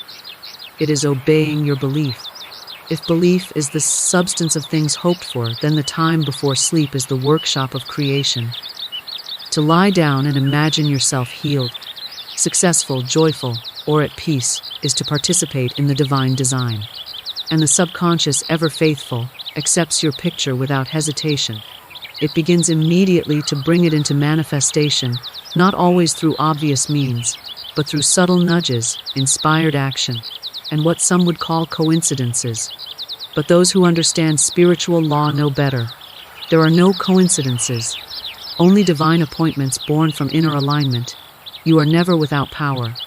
Even when you feel weary, overwhelmed, or unsure, The simple act of speaking truth before rest activates forces far greater than your conscious mind can comprehend. The subconscious has no sense of time. What is vividly imagined now may come to pass tomorrow, or next week, or next year, but it will come if the image is kept alive and undisturbed by doubt. That is the art. To impress truth without resistance, to plant without digging up, to trust the invisible workings of divine intelligence. Children do this instinctively. They fall asleep believing in magic, in happy endings, in unseen friends and endless possibility. Their subconscious is still pure, unburdened by skepticism. And because of this, they manifest joy, wonder, and delight without effort. The adult must return to this state, not in naivety, but in spiritual awareness, to reclaim the childlike faith that says, "What I believe becomes real," and to apply it consciously, especially during sleep, is the key to transformation. The one who masters this knows that sleep is not an escape from life, it is a doorway into it. Many try to change their lives by force of will, struggling through the day to think positively, to act boldly, to overcome resistance. But if the subconscious is not changed, their efforts are like planting seeds in rocky soil. They may sprout, but they do not last. True change begins where the roots are, and the roots lie within the subconscious mind. So the wise one begins at night, not in stress, but in surrender. Not in fear, but in faith. They speak to themselves gently, lovingly, with conviction. They say, "I am safe. I am whole. All that is mine by divine right now comes to me in perfect ways." And these words, carried into sleep, begin the great work. The outer world is slow to change, but the inner world responds immediately. You may not see the results in the morning, but the shift has begun. You are no longer repeating the past. You are writing a new future. The subconscious, when properly directed, is your greatest servant. It works while you rest. It does not sleep. It takes what you give it and begins to draw the necessary people, opportunities, and events to fulfill your spoken word. Even now, as you prepare to rest, the energy you send inward is setting the tone for what will unfold. The change is not far off, it is already on its way. Your words shape your reality. This is not a metaphor, nor is it wishful thinking. It is a spiritual law as immutable as gravity. Every word you speak, whether in quiet thought or aloud to the world, carries with it the vibration of creation. Words are not empty sounds, they are seeds. Spoken into the fertile soil of the subconscious, they take root and begin to manifest in form. Whether for good or for ill, your outer world is always a reflection of the words you have chosen to believe, to declare, and to repeat. The one who understands this law becomes vigilant in speech. They no longer speak idly or thoughtlessly, for they know each phrase holds power. They do not say, "I can't afford it," or "Nothing ever works out for me," even in jest, for the subconscious knows no humor. It only receives. It is a perfect listener and a perfect doer. It hears you say, "I am always struggling," and it shapes your experience accordingly. It hears you say, "I never get a break," and it faithfully produces more of the same. But speak instead, "Everything is working in my favor," and the law shifts. Speak, "I am divinely guided in all things," and watch as new paths open before you. Your word is your wand. You are not a passive participant in life, blown by the winds of fate. You are a co-creator with the divine, and the tool given to you for shaping your world is speech. The tongue may be small, but it directs the course of destiny. The scriptures say, "Death and life are in the power of the tongue," and they are right. One word spoken in faith can dissolve years of fear. One decree of truth can override a lifetime of limitation. For words carry energy, and energy creates form. To say, "I am," is to invoke the creative power of the universe. Whatever follows those two words becomes a declaration to your soul. Say, "I am sick," and your body begins to align with illness. Say, "I am strong," and the cells of your being respond with renewed vitality. The phrase, "I am," is the name of the divine within you, and it should never be followed by anything unworthy of that power. Those who understand this choose their affirmations carefully, with reverence. They do not describe what is, they declare what is becoming. They do not repeat the facts, they speak the truth. Words do not merely describe reality, they define it. A person may say, "But I am only telling it like it is," not knowing that by doing so, they are reinforcing a reality they wish to escape. They speak of lack and wonder why prosperity eludes them. They talk about loneliness and wonder why love does not appear. But the law is impartial. It brings to life what is repeated with feeling and belief. Change the word, and you change the experience. Speak differently, and life must respond differently. Many people speak words of defeat and limitation because they do not realize the power they hold. They say things like, "That's just my luck," or "I'll never be able to do that," and then are surprised when those very conditions persist. But it is not mystery, it is law. The universe echoes what you speak. It does not decide whether you deserve it. It simply reflects what you consistently affirm. If you want to change your life, begin by changing your language. Begin by observing your words as though they are sacred, because they are. It is not only the spoken word, but also the inner dialogue that shapes reality. What you say to yourself in quiet moments is equally powerful. The inner conversations you repeat, the stories you tell yourself about who you are, what is possible, and what you deserve. These are the building blocks of your experience. If the voice within you says, "I am not good enough," no amount of outer success will feel satisfying. But if the voice says, "I am worthy of every good thing," then you walk through life with expectancy and peace. There is nothing casual about what you say. Every word is a thread, and together they weave the fabric of your reality. You may not remember every thought you think, but the universe does not forget. It listens carefully and responds with precision. It does not ask if you meant what you said. It assumes you did.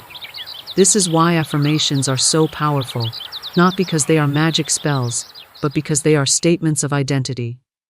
They tell the world, "This is who I am," and the world adjusts accordingly.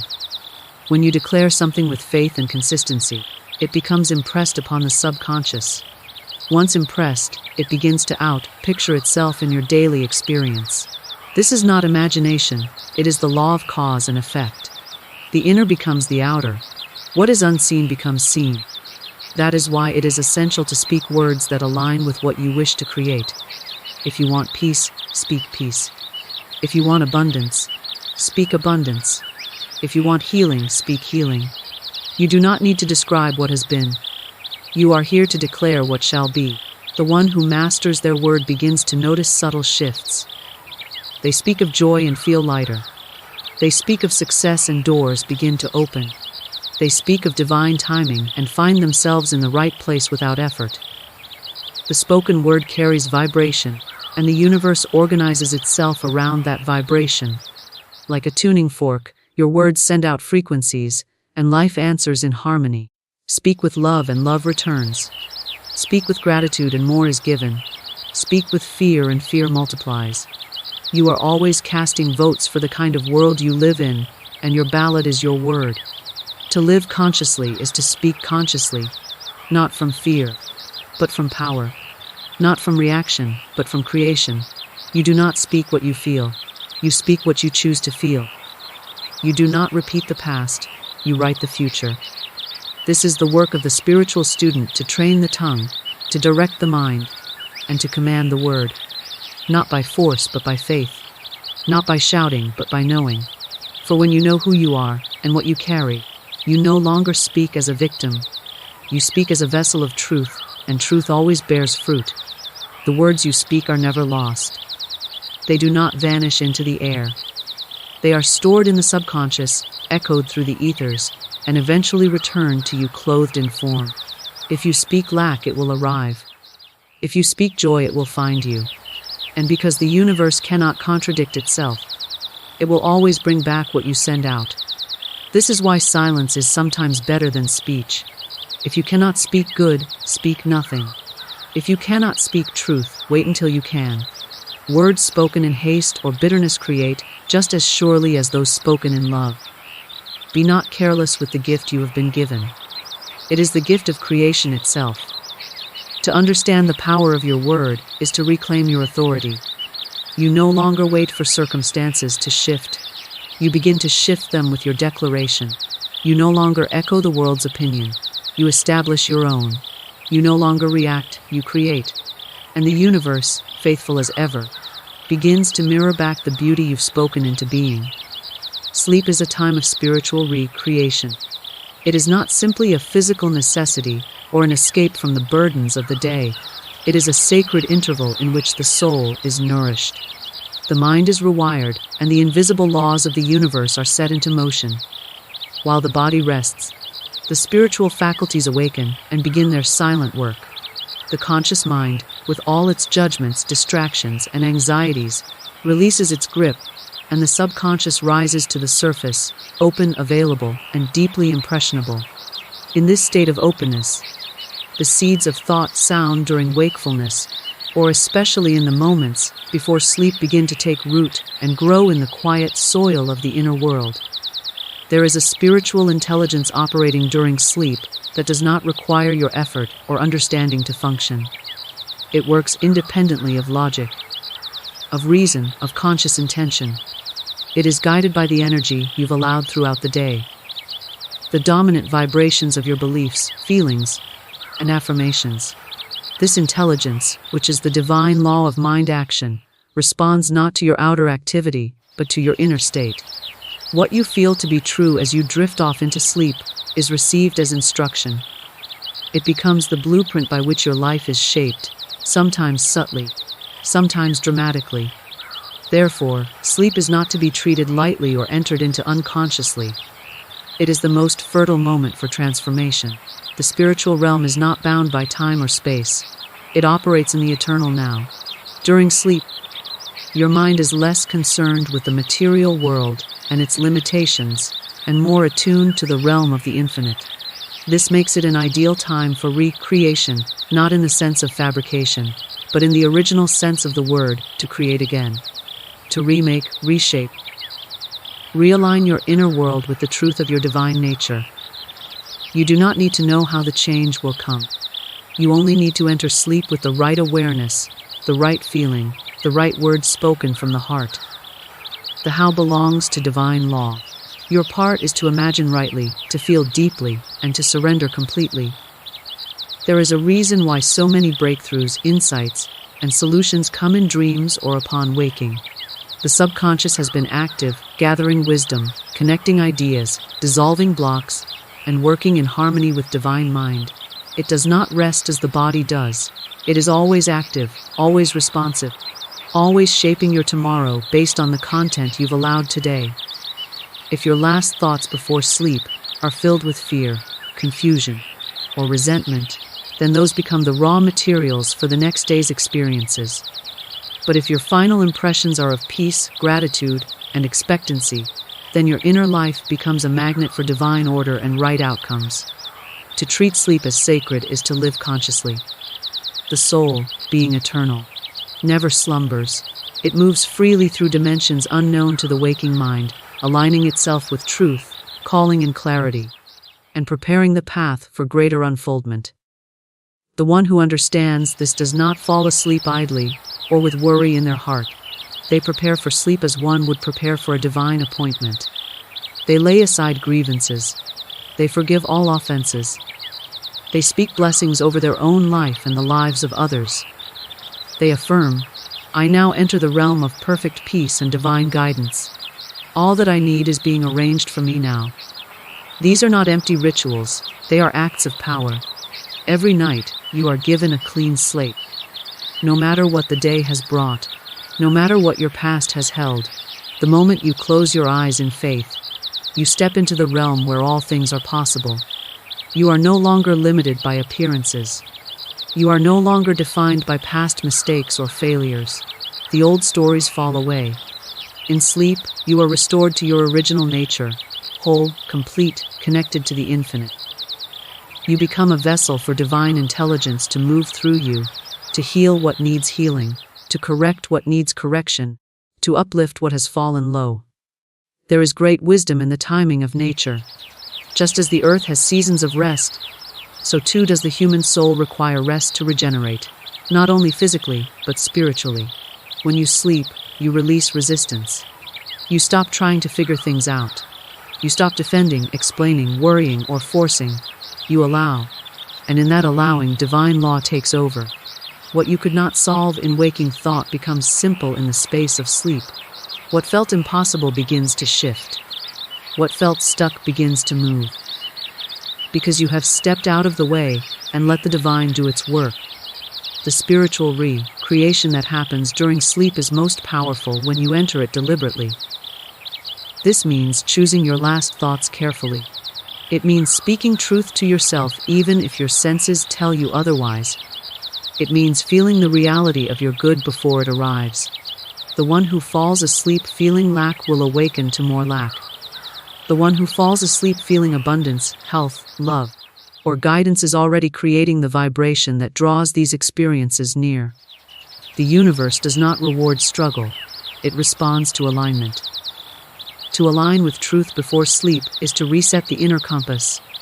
It is to point the soul in the direction of healing, of breakthrough, of divine manifestation. No effort is wasted when you speak with intention before rest. Even if results are not immediate, the law is already moving. The unseen forces are already responding. The very cells of your body are taking in the vibration of peace or fear, of joy or sorrow, and they begin to behave accordingly. You are not simply sleeping. You are instructing your being. You are setting the tone for your entire life. Sleep is not unconsciousness. It is deeper consciousness. It is the state in which you bypass the resistance of the ego and connect directly with Source. It is the time when the deeper truths you've planted throughout the day can germinate without interference. If you spend your waking hours affirming life, love, wholeness, and provision, then sleep becomes the sacred space in which these truths solidify.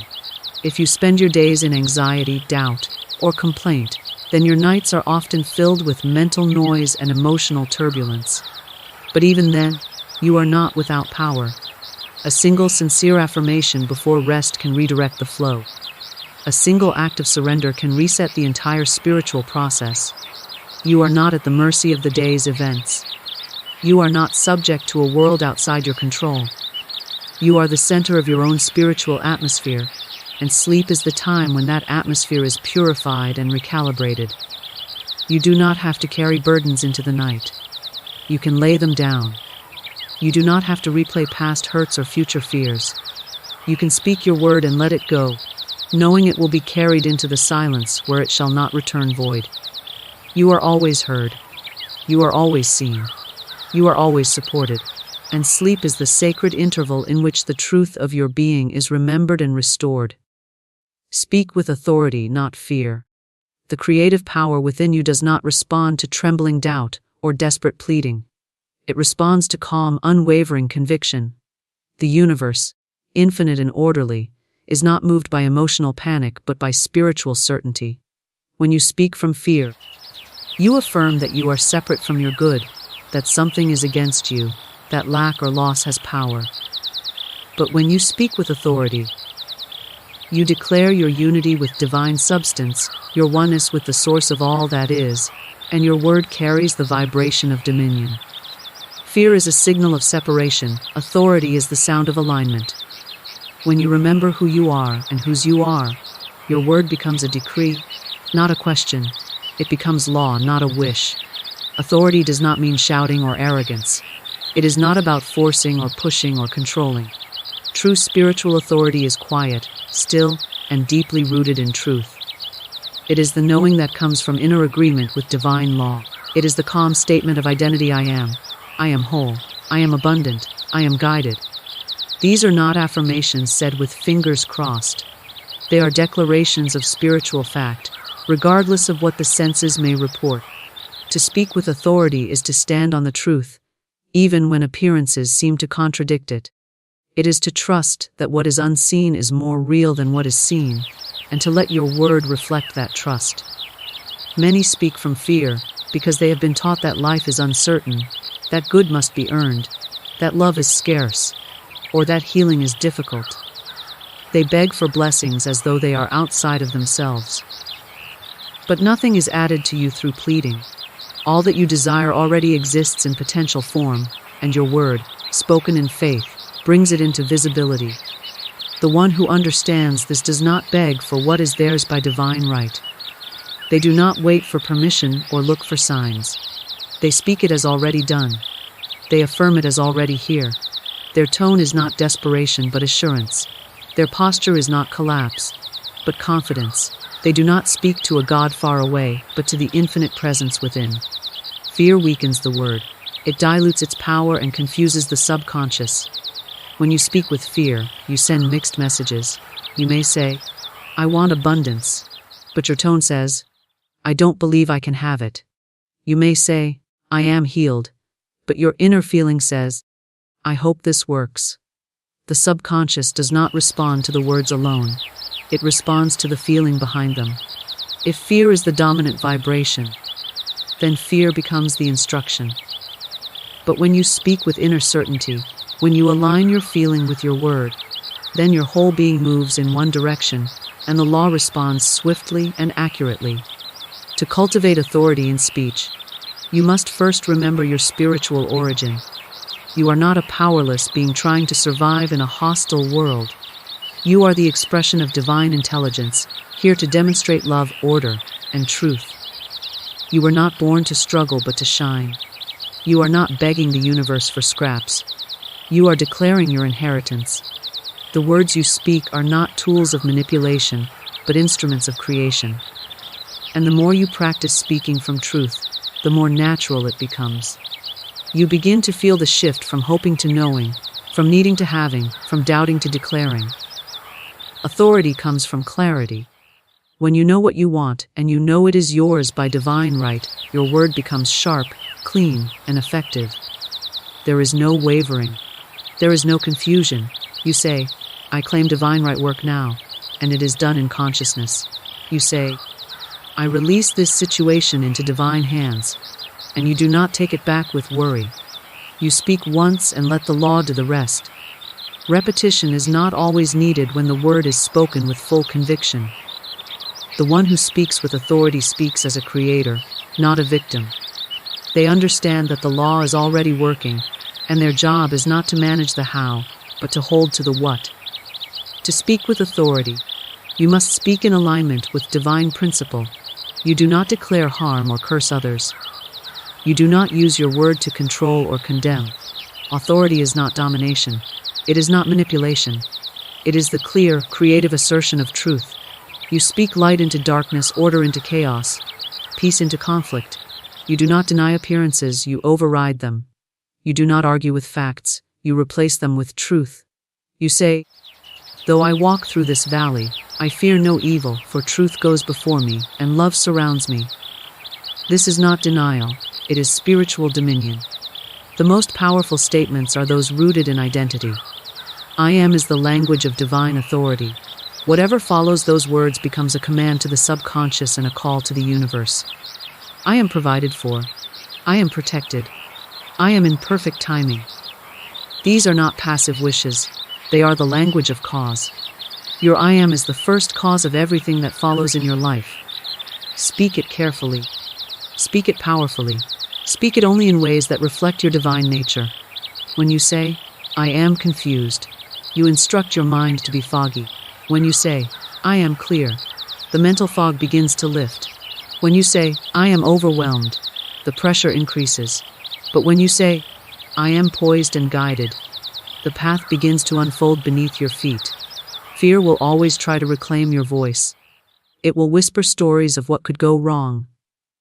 It will point to the past and offer it as evidence. It will suggest that you wait, that you shrink, that you be realistic. But authority does not wait for fear to subside. It speaks anyway. Authority says peace. Be still, even in the midst of the storm. Authority says, "Let there be," even when there is no sign of light. Authority comes not from the absence of fear, but from a decision to trust truth above appearances. The one who walks in spiritual authority knows that what is seen is temporary, but what is spoken in truth is eternal. Authority is not force. It is alignment. When your thoughts, feelings, and words are in agreement with the divine pattern, The energy behind them is unstoppable. You are not trying to convince the universe. You are harmonizing with it. You are not trying to control outcomes. You are declaring that which already is in divine mind. This is why authority carries peace, not strain. It comes from rest, not effort. It flows from the deep knowing that all is well, that all is unfolding in right timing, that nothing is lost or delayed. From this place, your word is not merely sound. It is power. It is law. It is creation in motion. You are aligned with divine law and infinite supply. This truth, when realized and accepted, becomes the foundation upon which all peace, prosperity, and power are built. You are not a separate, isolated being adrift in a chaotic world, hoping to survive or hoping to be favored by chance. You are part of a greater order, a spiritual system that is exact, benevolent, and responsive. This divine law is not arbitrary or selective. It is universal, impersonal, and always in operation. Just as gravity does not decide who it will affect, spiritual law functions without favoritism, responding not to your need but to your belief. When you come into alignment with this law, through thought, word, and feeling, you begin to experience the flow of infinite supply in every area of your life. Supply is not something you chase or earn. It is something you allow. The more deeply you understand your connection to the divine, the less you worry about outcomes. You stop asking, "Will it happen?" and begin affirming, "It already is." Because in truth, all that you could ever need or desire already exists in spiritual form. The law does not need to be persuaded, it needs to be cooperated with. You are not praying to a reluctant universe, but aligning with an ever-giving source. This alignment happens through consciousness. You align through your thoughts, your words, your inner assumptions. If you assume lack, the law produces conditions that mirror lack. If you assume abundance, the law produces conditions that reflect it, not as a reward but as a result. There is no limit to divine supply. The only limits are the beliefs you place upon it. If you believe that there is only enough for some, that you must struggle to be worthy, that success is rare, then your experience will match that internal blueprint. But the moment you begin to think differently, to expect differently, to speak differently, the law begins to operate on your new belief. You are not trying to change the law. You are changing your use of it. You are shifting from misalignment to alignment, from resistance to receptivity. Just as the sun always shines, the light of supply is always present. If you are in shadow, it is only because something is blocking your awareness, not because the light is absent. Infinite supply means more than money or material things. It includes love, peace, wisdom, health, joy, opportunities, and creative ideas. These are all expressions of the same spiritual substance. They flow to you not from the outside world, but from the inside out. You do not need to manipulate circumstances or force outcomes. You need only to remember your source. When you know that your supply comes from the divine, not from a job, a person, or a condition, you stop fearing loss. You stop clinging. You stop compromising. You begin to trust. And in that trust, doors open, paths clear. And what is rightfully yours by divine right finds its way to you with ease. The one who lives in alignment with divine law does not act out of desperation. They act from inspiration. They are not motivated by fear, but by faith. Their confidence does not come from outer validation, but from inner knowing. They understand that every thought is a seed, every word is a blueprint, and every feeling is a magnet. They become careful with what they entertain, not out of superstition, but out of wisdom. They know the law is always working, and so they work with it, not against it. They do not affirm lack and expect abundance. They do not speak fear and expect peace. They do not carry resentment and expect harmony. They bring their whole self into alignment with what they desire, and the law responds in kind. You are not here to struggle for scraps or to prove your worth. You are here to demonstrate the divine, to be a living example of what alignment looks like. And alignment is not something you achieve once and then forget. It is a daily, moment-by-moment practice. It is choosing thoughts that reflect truth. It is speaking words that affirm your good. It is feeling the reality of your desires as already fulfilled. It is blessing what you have, giving thanks for what is coming, and releasing what no longer serves. This is not wishful thinking. It is conscious creation. It is working in harmony with the laws that govern the universe. There is no situation too complex for divine law, no condition too far gone, no desire too big or too small. The same law that holds the stars in place also governs your every step. And just as the stars do not worry about their orbits, you do not need to worry about yours. You need only to remember that you are supported, guided, and provided for at all times. That even when you cannot see the full picture, the law is at work beneath the surface, orchestrating details, arranging encounters, and preparing the way for your highest good. When challenges arise, they are not punishments but opportunities to deepen your alignment.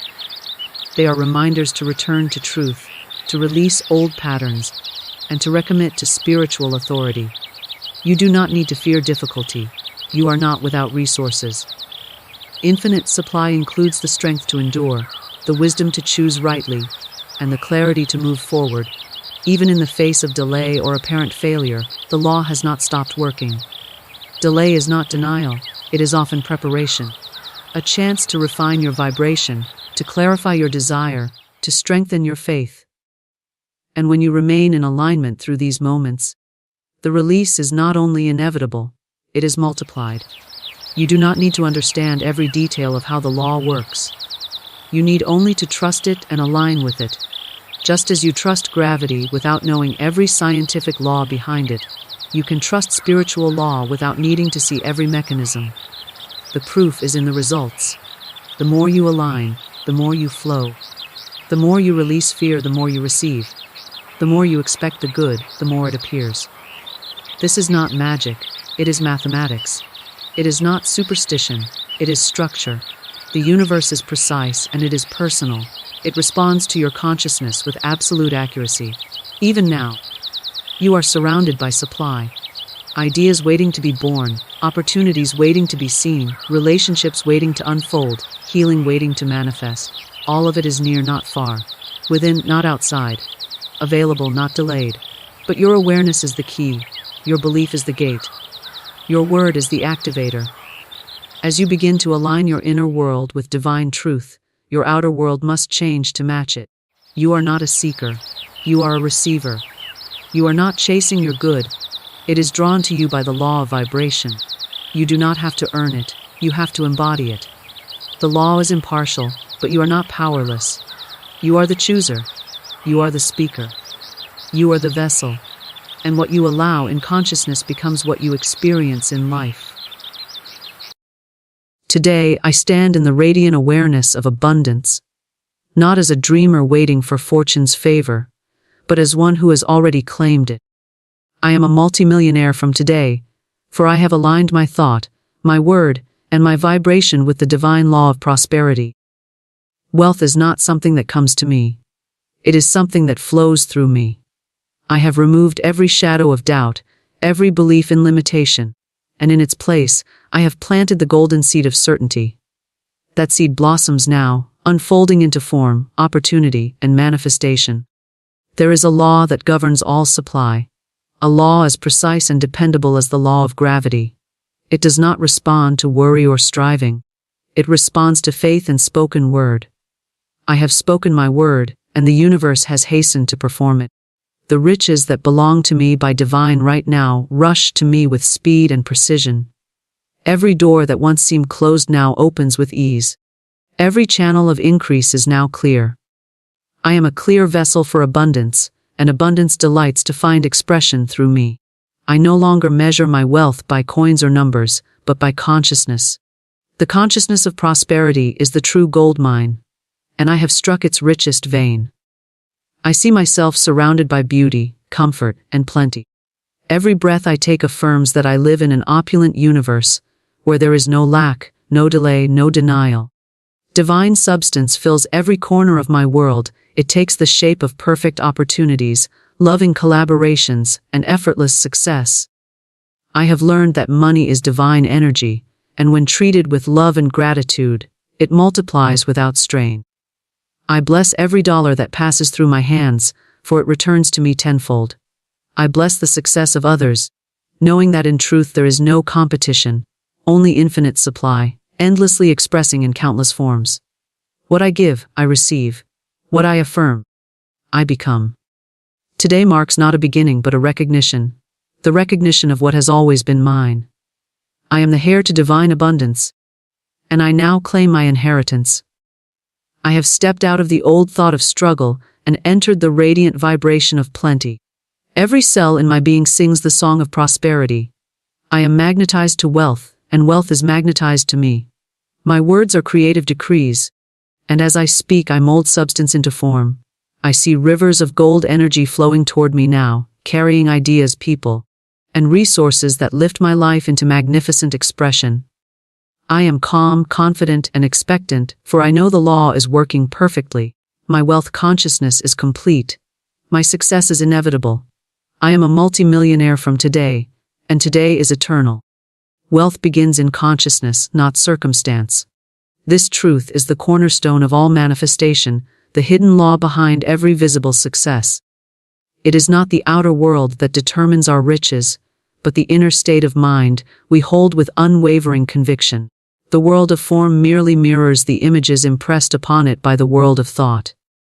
Every fortune, every empire, every stream of prosperity began first as an invisible idea, nurtured in the garden of the mind. When one awakens to this, they cease to chase after wealth, as though it were something apart from them, and begin instead to cultivate the inner soil from which all abundance springs. There are many who toil, striving with anxious effort to acquire possessions, yet remain bound in limitation. Their minds are filled with fear of loss, with doubt and comparison, and so their labor bears fruit that quickly withers. But one who knows that consciousness is the true source does not strive. They align. They understand that the outer world is but a canvas, and thought is the brush that paints upon it. If one's inner picture is clear, radiant, and sure, the outer scene cannot help but conform. Consciousness of wealth is not merely positive thinking. It is a deep recognition of divine substance as ever, present and infinite.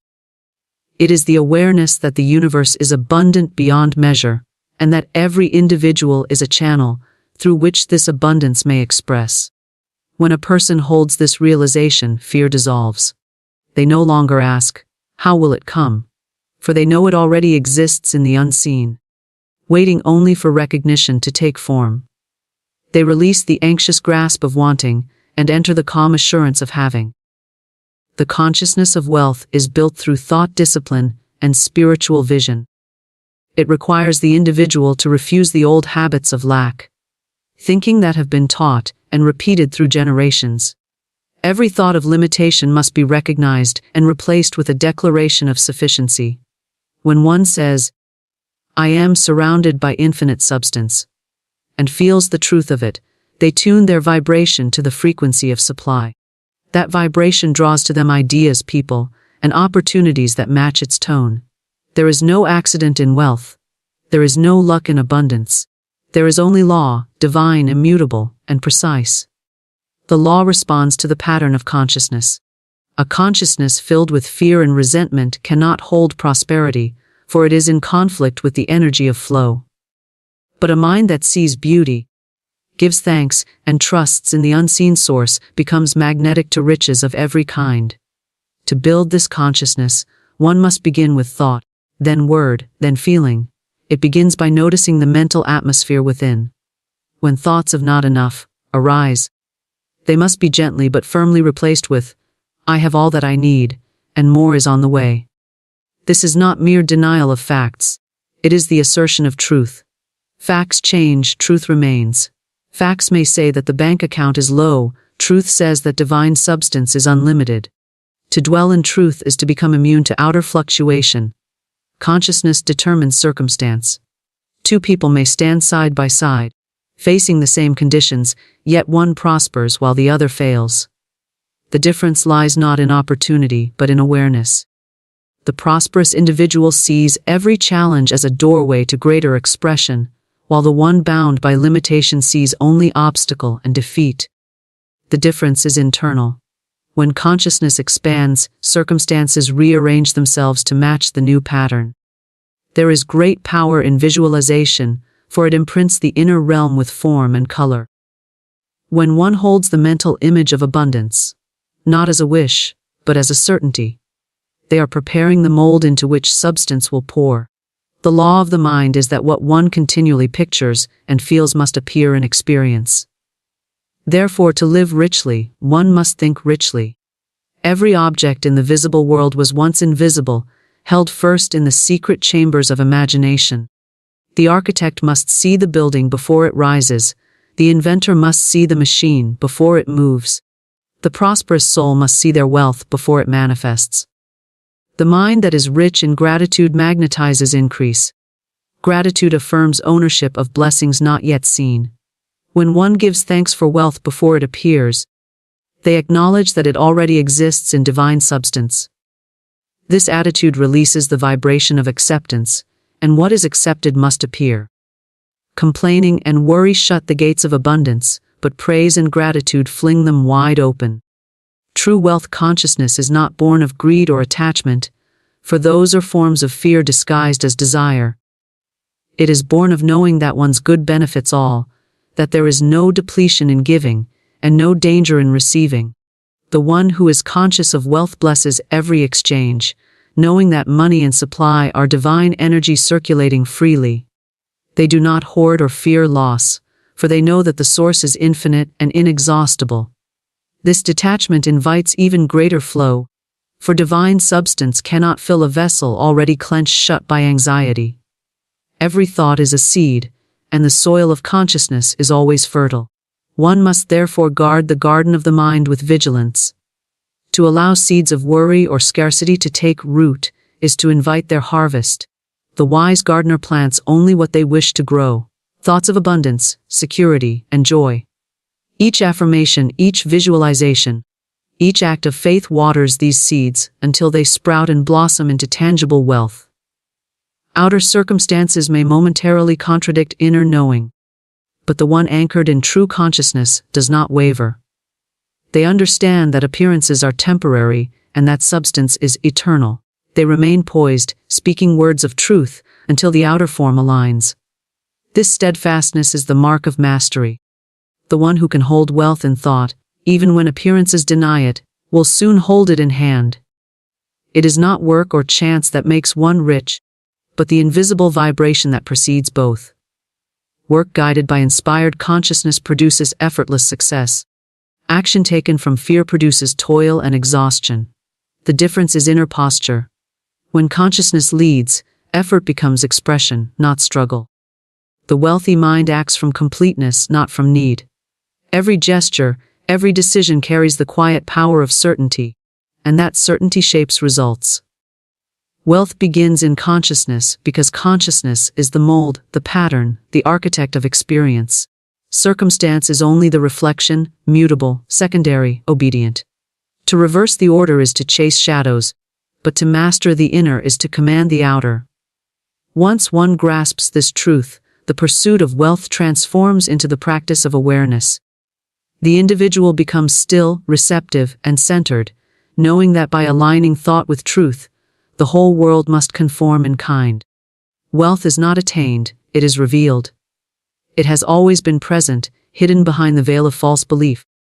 When the mind awakens to its divine inheritance, the veil lifts, and the treasures of the universe pour forth.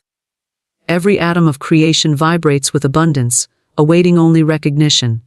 The moment one truly knows that wealth begins in consciousness, they step into harmony with the rhythm of supply, and all things necessary for their good begin to move toward them with precision and grace. Spoken words shape and summon abundance. Every word uttered carries vibration, power, and intention. Words are not idle sounds drifting through air. They are creative forces shaping the invisible substance of life. The tongue is the sculptor of experience, molding divine energy into form. What one continually speaks becomes the decree by which the universe organizes itself. The law of manifestation listens not to wishful thoughts, but to words that carry conviction, faith, and expectancy. Words are seeds planted in the soil of the subconscious, and the harvest they yield is determined by the tone, emotion, and belief behind them. The universe responds to the language of vibration, and spoken words are vibration made audible. When an individual declares abundance, health, and success with feeling, they send forth waves of creative power that cannot return void. Each statement becomes a command to divine substance, instructing it to take shape accordingly. The law does not distinguish between careless talk and deliberate speech. It obeys both with impartial precision. Thus, one who speaks of lack, struggle, and difficulty unknowingly perpetuates those very conditions. The one who speaks of prosperity and joy summons the forms that match those vibrations. Speech is the bridge between thought and form, the divine instrument through which the invisible becomes visible. When words are spoken with authority and belief, they awaken corresponding conditions in the outer world. The ancient wisdom that says, "By thy words thou shalt be justified, and by thy words thou shalt be condemned," is not a moral warning but a statement of metaphysical law. Every utterance is a decree, and the universe fulfills the decree whether it be of good or ill. To speak lightly of poverty, failure, or misfortune is to sow the seeds of those experiences, for the subconscious mind accepts all words as instruction. It does not question humor, habit, or exaggeration, it only creates according to pattern. Therefore, one must speak as though every word is sacred, for in truth it is. Words clothed in faith are creative lightning. They strike the field of divine substance and ignite manifestation. When one declares, "I am wealthy," the phrase is not mere affirmation, it is an announcement to the universe that a new reality is being born. If the statement is spoken with conviction, it calls forth corresponding evidence. If it is spoken with doubt, it scatters energy and delays results. The power of speech lies not only in the words themselves, but in the consciousness that animates them. A single phrase spoken in unwavering faith can dissolve years of struggle, while endless talk without conviction produces nothing but echoes. There is immense value in speaking words of praise, gratitude, and joy.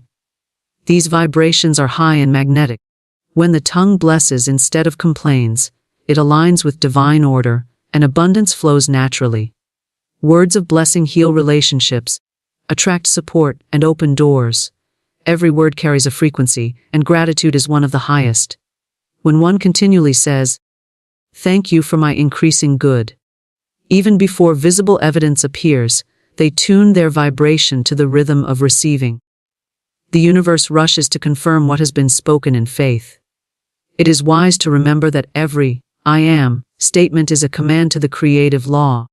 When one says, "I am tired," "I am broke," or "I am unlucky," they bind that energy to their experience. But when they declare, "I am strong," "I am prosperous," or "I am divinely guided," they unlock the gates of abundance. The "I am" is the divine name within every individual, the spark of God declaring itself. To misuse it is to declare limitation upon the self. To use it consciously is to invoke power. Each time the sacred words, "I am," are followed by truth, light, and plenty, they magnetize the good that corresponds. Speech creates atmosphere. One who habitually speaks words of worry creates an atmosphere of heaviness and resistance. Opportunities seem to fade, and progress stalls. Yet one who speaks words of confidence and expectation radiates an aura that draws cooperation and favor. People, ideas, and circumstances respond to vibration before they respond to action. A spoken word charged with faith is a silent invitation to divine intelligence to arrange all details harmoniously. When challenges arise, the disciplined soul does not speak of defeat, they speak of victory.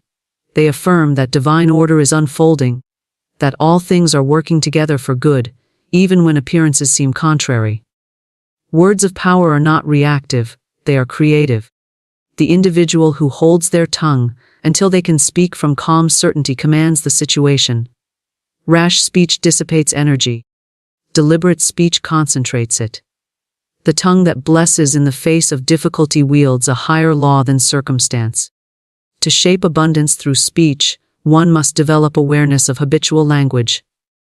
Many impoverish themselves through careless conversation, saying things such as, money doesn't last, I can't afford that, or nothing ever works for me.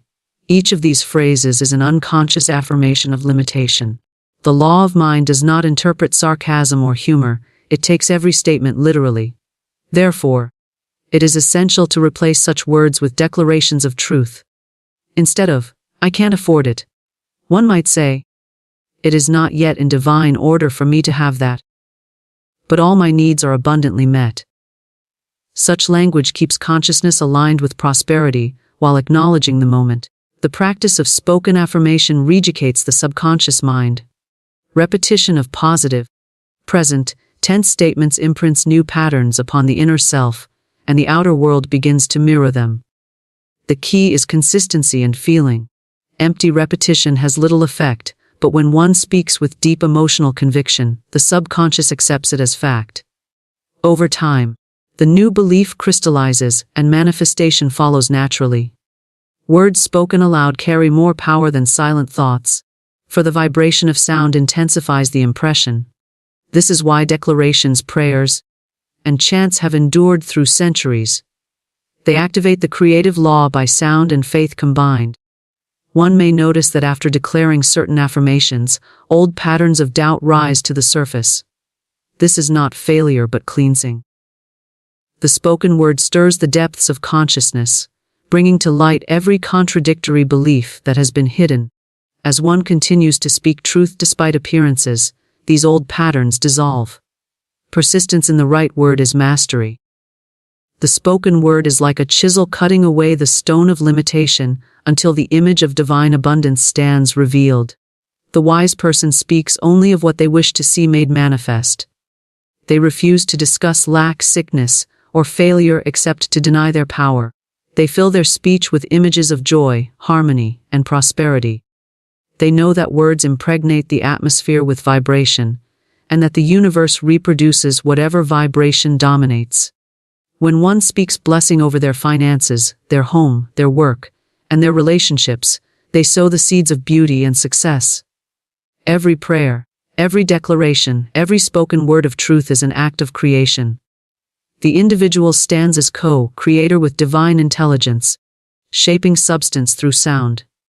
The moment a word of abundance is spoken with faith, unseen forces begin to rearrange themselves to fulfill it.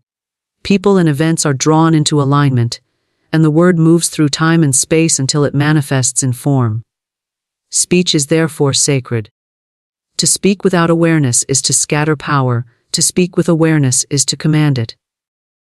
When one understands that words shape and summon abundance, they begin to guard their speech with reverence. They no longer speak casually of limitation, nor do they indulge in idle complaint. Their tongue becomes a wand of creation, used only to bless, affirm, and direct good. They speak as if the universe listens to every syllable, for indeed it does. Each word becomes a thread in the tapestry of destiny. Each declaration a spark that lights the path ahead. And as they continue to speak truth with faith and joy, life itself echoes back those words in the form of ever unfolding abundance. Faith, not effort, activates divine supply. True prosperity is never the result of strain, struggle, or endless labor. It is the outflow of inner assurance. Faith is the key that unlocks the invisible treasury of the universe, while effort without faith is a closed circle of exhaustion. The world teaches that one must work harder, plan longer, and compete fiercely to attain wealth. But the divine law reveals something entirely different.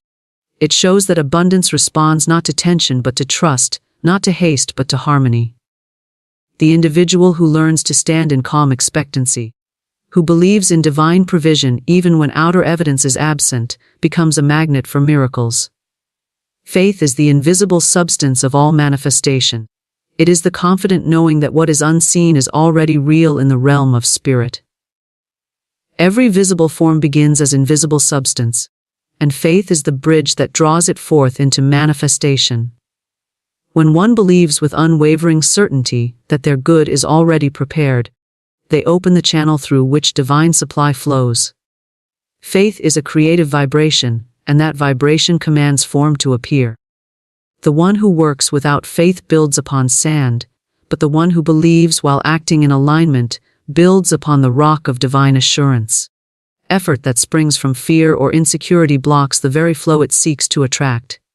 When one toils anxiously, they are affirming through vibration that they do not yet possess what they desire. And the universe mirrors that belief perfectly. The harder they strive, the more distant the goal appears. Faith, on the other hand, affirms completion. It says, "It is done." This inner state of fulfillment dissolves resistance, allowing the supply to manifest with ease. Faith relaxes the heart and opens the channels through which divine ideas and opportunities appear. It is not inaction. It is inspired action flowing from a place of certainty rather than fear. Divine supply is infinite and omnipresent. It surrounds every individual at all times, waiting only for recognition. Faith is that recognition. It is the acknowledgement that the universe is benevolent, that substance is intelligent, and that every true need is already met. The mind that doubts, worries, or calculates from limitation cannot perceive this supply. It looks outward and sees scarcity, competition, and delay. But the mind filled with faith sees through appearances and perceives the invisible abundance always at hand. This perception transforms circumstance, for what one truly sees inwardly must appear outwardly. Faith does not mean hope, for hope is still tinged with uncertainty. Faith knows. Hope wishes for something to come. Faith rests in the assurance that it already is. The person of faith walks in calm confidence, speaking words of truth, even when appearances seem to deny them. They do not plead with the universe, they command it through consciousness. They know that divine law never fails and that substance must obey the vibration of belief. This knowing transforms the invisible into the visible with mathematical precision. There is a subtle but powerful distinction between outer effort and inner faith. Effort is the attempt to control outcomes through physical means alone. Faith allows divine intelligence to arrange the details perfectly. The individual of faith acts when guided, moves when prompted, but never from anxiety. Their actions are efficient, inspired, and timed by intuition. They accomplish more through a few moments of calm guidance than others do through days of restless toil. Faith aligns one with the rhythm of divine timing, where every opportunity comes at the right moment and every door opens with grace. When faith is present, the entire atmosphere of life changes. There is lightness instead of tension, expectancy instead of worry, gratitude instead of grasping. People and circumstances respond to this vibration, for faith radiates confidence that others can feel. Opportunities appear seemingly out of nowhere, yet they are not accidents. They are the natural outworking of the law of faith. The universe mirrors belief. Whatever one deeply expects must appear in some form, for expectation is faith in motion. Faith begins in the unseen. It is cultivated through thought and word long before any visible result appears. One must speak abundance into being, while the fields still look barren, and maintain that declaration until the harvest shows. This steadfastness is not blind stubbornness but spiritual certainty. The one who practices faith learns that feelings of doubt may arise, but they need not be obeyed. They simply return to their inner affirmation. Divine supply is mine now. All that I need is already provided. Such words, spoken from the heart, realign consciousness with truth. The mind trained in material logic often resists this principle, insisting that results come only from hard work and calculation. Yet countless examples show that inspired faith produces results far beyond mere human effort. Ideas, inventions, and opportunities flow through minds that are relaxed and receptive, not tense and overworked. Faith tunes consciousness to the infinite intelligence that knows all ways and means. When one acts from this inspired connection, effort becomes effortless. Things fall into place with uncanny precision, and success unfolds naturally. Faith is a law of vibration, not emotion. It is not a passing feeling of optimism, but a state of certainty that governs energy. When faith is steady, it sends out a clear signal to the universe, drawing corresponding conditions. When doubt interferes, the signal becomes mixed, and results appear delayed or distorted. The wise individual therefore guards their faith as their most precious possession. They nurture it through meditation, affirmation, and gratitude. They refuse to entertain conversations or ideas that weaken belief. They understand that their consciousness is the creative center of their world, and faith is its master key. There are times when appearances seem utterly contrary to one's desire. Bills may mount, doors may close, and opportunities may seem distant. Yet these moments are the testing ground of faith. The individual who can stand firm during the storm, declaring abundance in the face of lack, proves their mastery of law. Faith does not waver at shadows. It knows that every seeming loss is but a clearing of the way for greater good. When one holds fast to the inner knowing that divine supply never fails, the outer situation must eventually yield to that truth. Effort without faith is motion without direction, but faith without inspired action is incomplete. True faith inspires movement, but the movement is guided and harmonious.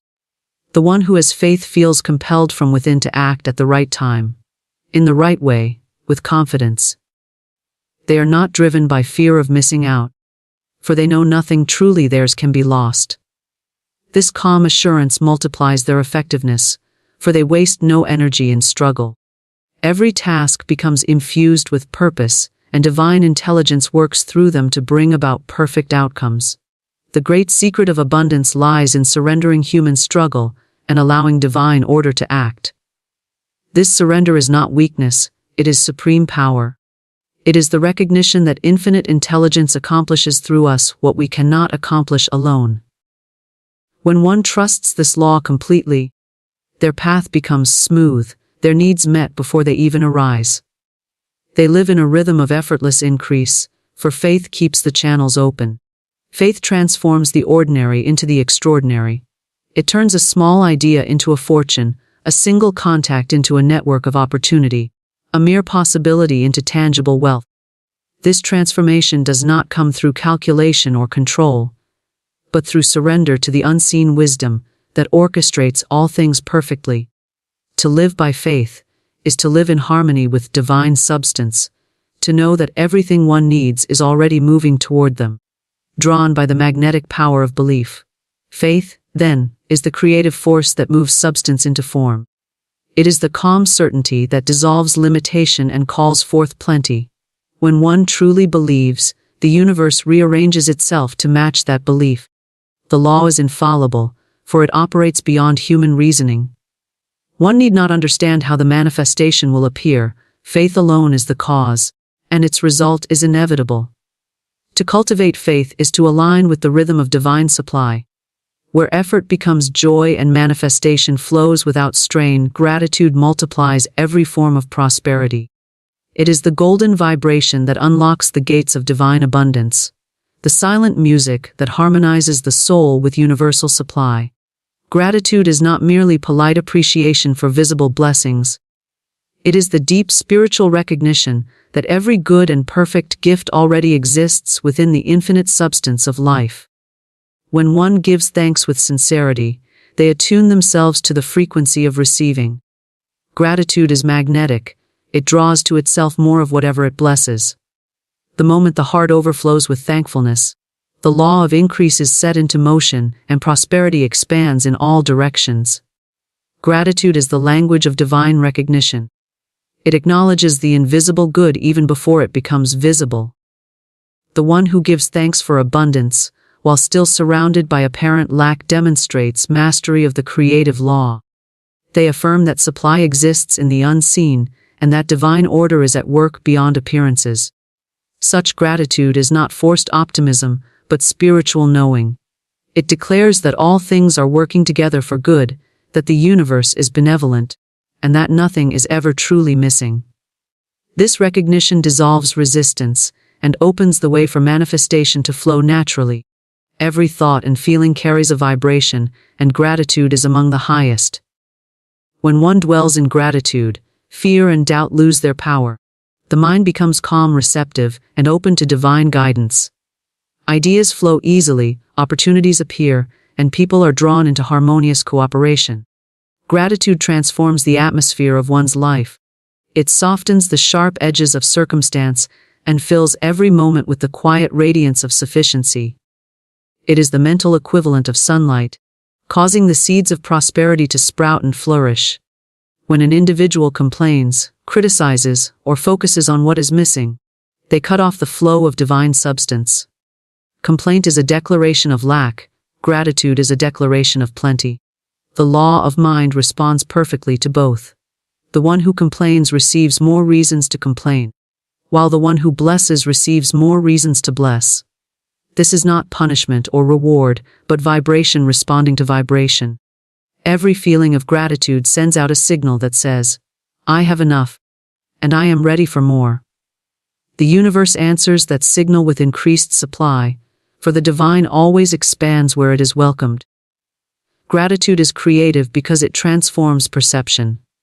When one looks at their life through the lens of thankfulness, they see opportunities where others see obstacles. They find beauty in simplicity, value in experience, and lessons in every delay.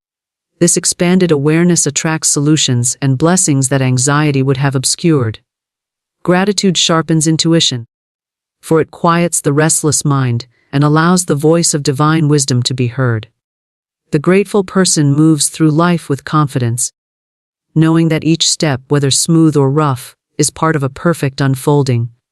The practice of gratitude is a spiritual discipline. It begins with conscious acknowledgement of even the smallest blessings. The breath in one's lungs, the light of morning, the food on the table. As one gives thanks for these simple gifts, their awareness expands to perceive the larger one's health, love, ideas, opportunities, and divine guidance. The more one recognizes, the more one receives. Gratitude multiplies because it focuses attention on abundance, and whatever consciousness focuses upon must grow. This is the law of mind. Attention is creative, and gratitude directs attention to good. There is tremendous power in giving thanks before the manifestation appears. When one expresses gratitude in advance, they declare faith in divine supply. They are saying, I know my good is already prepared, and I rejoice in its arrival. This act of faith accelerates manifestation, for gratitude is the vibration of completion.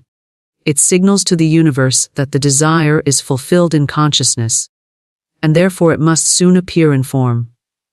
Every word of thankfulness spoken in faith is like a seed planted in fertile soil. It cannot help but bear fruit in its appointed time. Gratitude also purifies desire. When one gives thanks for what they already have, their wants are refined from restless craving into inspired intention. The energy of grasping dissolves, replaced by calm expectancy. This inner peace allows divine intelligence to work freely, arranging circumstances without interference. Gratitude removes the sense of struggle and replaces it with grace. Instead of forcing results, the grateful soul allows results to unfold. This shift from demand to appreciation transforms the entire process of creation. To live in gratitude is to live in continuous prosperity. Even before visible wealth appears, the heart that is thankful feels rich. This inner richness is the cause of outer increase. The individual who feels wealthy in consciousness attracts wealth in form, for the law mirrors inner states exactly. Gratitude therefore becomes both the cause and the evidence of abundance. It begins as a feeling and ends as a reality. Gratitude must be genuine to carry power. Empty words spoken without feeling are like hollow shells. They have no creative substance.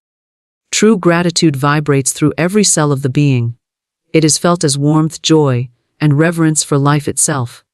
When this feeling fills the heart, it magnetizes every situation toward harmony. People respond kindly, work flows easily, and even challenges become opportunities.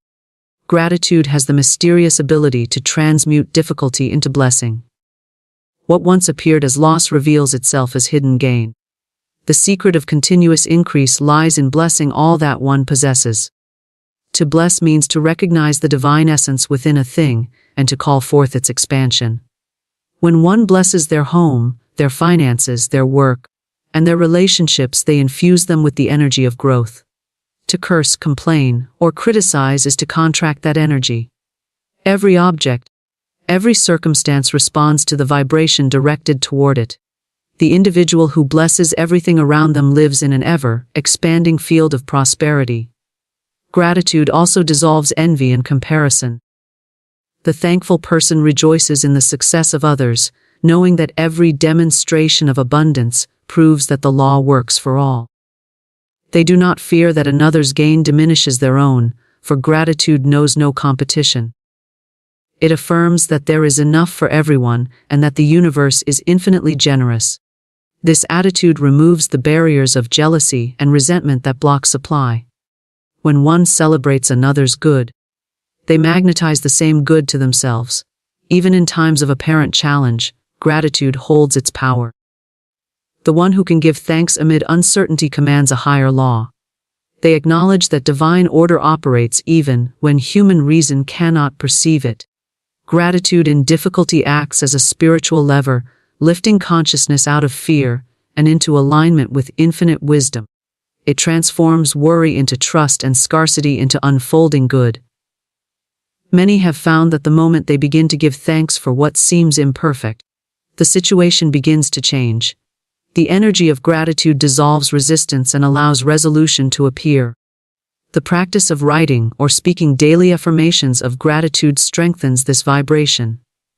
By listing the blessings of the day, one trains the mind to focus on abundance rather than absence.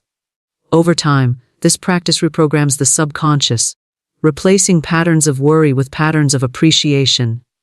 The outer world then reorganizes itself to reflect the new inner state. The individual becomes surrounded by evidence of increase, unexpected income, supportive relationships, creative inspiration, and perfect timing. Gratitude also bridges the gap between giving and receiving. When one gives with a thankful heart, they release energy that must return multiplied. When one receives with gratitude, they keep the flow open for more. The circulation of good depends upon this rhythm. To give without gratitude leads to depletion. To receive without gratitude leads to stagnation. Gratitude completes the cycle, ensuring that divine energy continues to move freely through one's life. Every act, thought, and word can be infused with gratitude. When one works with appreciation, the task becomes joyful. When one speaks with thankfulness, their words carry healing power. When one thinks with gratitude, their mind becomes a vessel of peace. This constant awareness of divine goodness creates a field of light around the individual. Within that field, miracles become natural occurrences. For gratitude and miracle are of the same essence. Gratitude is both the seed and the harvest of prosperity. It begins as an inner recognition of divine abundance and manifests as outer increase. It multiplies every form of good because it acknowledges good as already present. The one who lives in gratitude never feels lack, for they are continually aware of the overflowing richness of life. Their consciousness becomes a magnet for every blessing, drawing beauty, love, opportunity, and supply from all directions. True riches flow through alignment, not pursuit. The essence of abundance does not come from chasing, grasping, or striving. It arises from harmony with divine order. When one aligns thought, emotion, and intention with the rhythm of universal law, prosperity becomes natural, effortless, and continuous. The world teaches that wealth must be pursued through competition and relentless ambition. Yet the spiritual law reveals a gentler, surer path. In alignment, there is no struggle, for one moves in accord with the current of divine supply rather than against it. The moment the inner self harmonizes with truth, the outer world begins to reflect that harmony in form, opportunity, and experience. Alignment is the inner agreement between mind, heart, and spirit. It is the quiet confidence that one's good cannot be withheld, because it is already part of their being.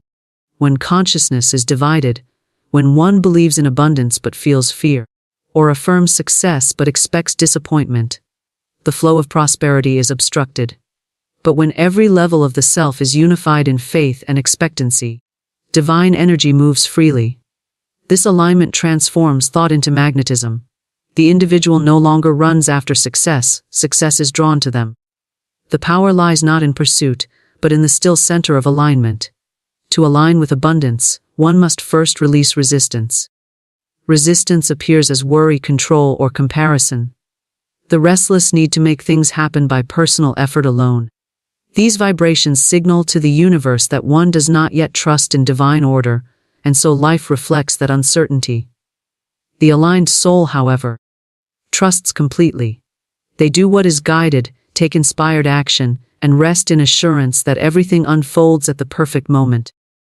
They are like a vessel carried smoothly by the current of a great river. Their part is to steer with wisdom, not to push against the flow. Alignment requires inner listening. The still, small voice of divine intuition always knows the most harmonious way forward. When one quiets the noise of anxiety and ambition, that voice becomes clear. It may prompt action or rest, movement or patience, but it always leads toward right expression. The misaligned mind, driven by outer desire, acts from fear of missing out or need to control outcomes. The aligned mind acts from certainty that all is already unfolding in perfect order. This difference determines whether wealth comes as burden or blessing. True riches are not only material, they include peace, vitality, love, and purpose. When one is aligned, these elements balance perfectly. Outer wealth without inner harmony is instability. But when the heart and soul are attuned to divine rhythm, material success flows as a natural extension of inner abundance. Alignment ensures that prosperity serves rather than enslaves, uplifts rather than distracts. The one who lives in alignment uses wealth as a channel for expression, creativity, and giving. They recognize money as energy, not as master. Alignment with divine supply begins in thought. Thoughts of lack, jealousy, and fear disrupt the flow. Thoughts of gratitude, faith, and generosity restore it. Every thought emits vibration, and the universe responds precisely. When thoughts are aligned with truth, when one holds the conviction that divine substance is unlimited and ever-present, the outer world rearranges itself to match that vibration. The aligned thinker no longer sees scarcity anywhere, for their vision has been corrected. They perceive abundance in every detail of life, and that perception itself draws more of it into form. The pursuit of riches through struggle stems from the false belief in separation.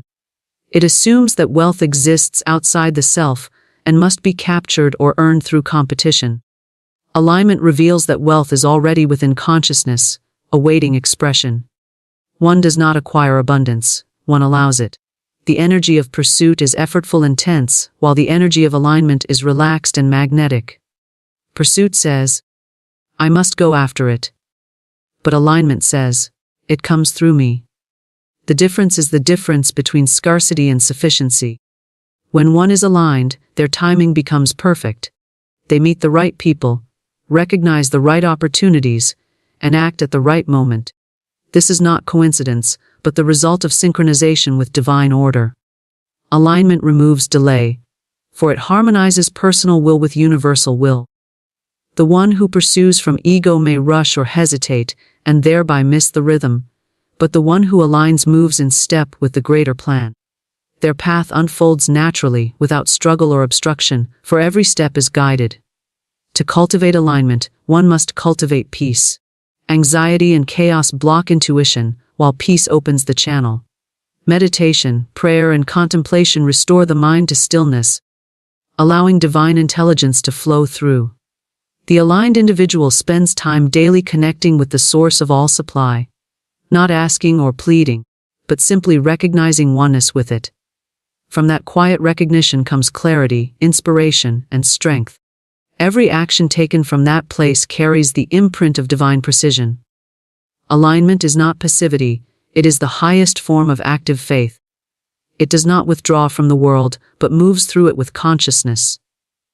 The aligned soul performs every task with presence, knowing that each act, no matter how small, is an expression of divine substance. They give their full attention to the moment, and this attention transforms ordinary effort into sacred activity. Work becomes joy, service becomes fulfillment, and wealth flows as a reflection of that joy. When life feels blocked or stagnant, it is never the outer condition that needs changing first. It is the inner alignment that must be restored. One may push and struggle to alter circumstances, but if consciousness remains conflicted, results will fade. When inner harmony is re-established, the outer flow resumes naturally. The law is exact: outer conditions mirror inner states. Therefore, aligning with peace, faith, and gratitude brings forth prosperity as surely as the sunrise brings light. Alignment also governs relationships, creativity, and health. The one who is in harmony with divine law attracts harmonious people, inspired ideas, and physical vitality. Energy flows freely where resistance is absent. This same energy animates every form of success. To align with it is to participate in the universal rhythm of creation itself. Every breath becomes a reminder that one is supported by infinite intelligence, sustained by the same power that moves the stars and seasons. Pursuit, in contrast, exhausts the soul. It seeks to grasp what it believes is missing, and in doing so, perpetuates the feeling of lack. The pursuer never rests, for even when the goal is achieved, fear of loss begins. Alignment ends that cycle. It brings rest to the striving heart by reminding it that nothing real can be lost, and nothing meant can be missed. From this peace arises the true creativity that builds enduring prosperity. The aligned individual lives in trust. They release the need to force results, and instead affirm that everything necessary for their fulfillment is already in motion. This trust creates spaciousness, and in that space, inspiration enters. The ideas that come are often simple yet profound. Ideas that succeed effortlessly, because they are in tune with divine timing. The universe supports every action born from alignment, for such action serves the whole as well as the individual. True alignment also involves integrity. Prosperity gained through deceit or exploitation is discordant and cannot last, for it violates the harmony of universal law. Real riches flow only through channels of honesty, generosity, and love. These qualities are the natural attributes of alignment, for divine supply moves only through truth. The aligned person seeks not to take but to express. Their wealth blesses others, and that blessing returns multiplied. Living in alignment transforms the perception of time. The one who is aligned does not rush or delay, for they understand that divine order unfolds perfectly. They work diligently but without tension, resting in the assurance that everything happens exactly when it should. This rhythm creates a state of ease that others can feel. Opportunities, resources, and support flow towards such a person naturally, for alignment radiates a calm magnetism that draws all good. Alignment is the inner acceptance of divine completeness. It is the understanding that all things necessary for joy, success, and peace already exist in potential and need only to be recognized. Pursuit implies absence, alignment affirms presence. The individual who lives in this awareness ceases to chase after the symbols of wealth and begins to express the substance of wealth from within. As consciousness expresses, form responds. Money, health, relationships, and creative success all become reflections of inner alignment. To maintain alignment, one must continually return to truth. Each time fear whispers that something is missing, one reaffirms, "All that I need is within me and flows to me now." Each time impatience arises, one breathes and remembers, divine timing is perfect. Each time comparison appears, one blesses the success of others and knows that their own path unfolds uniquely. Through such gentle practice, alignment becomes natural. It becomes the silent state of being through which all true riches flow.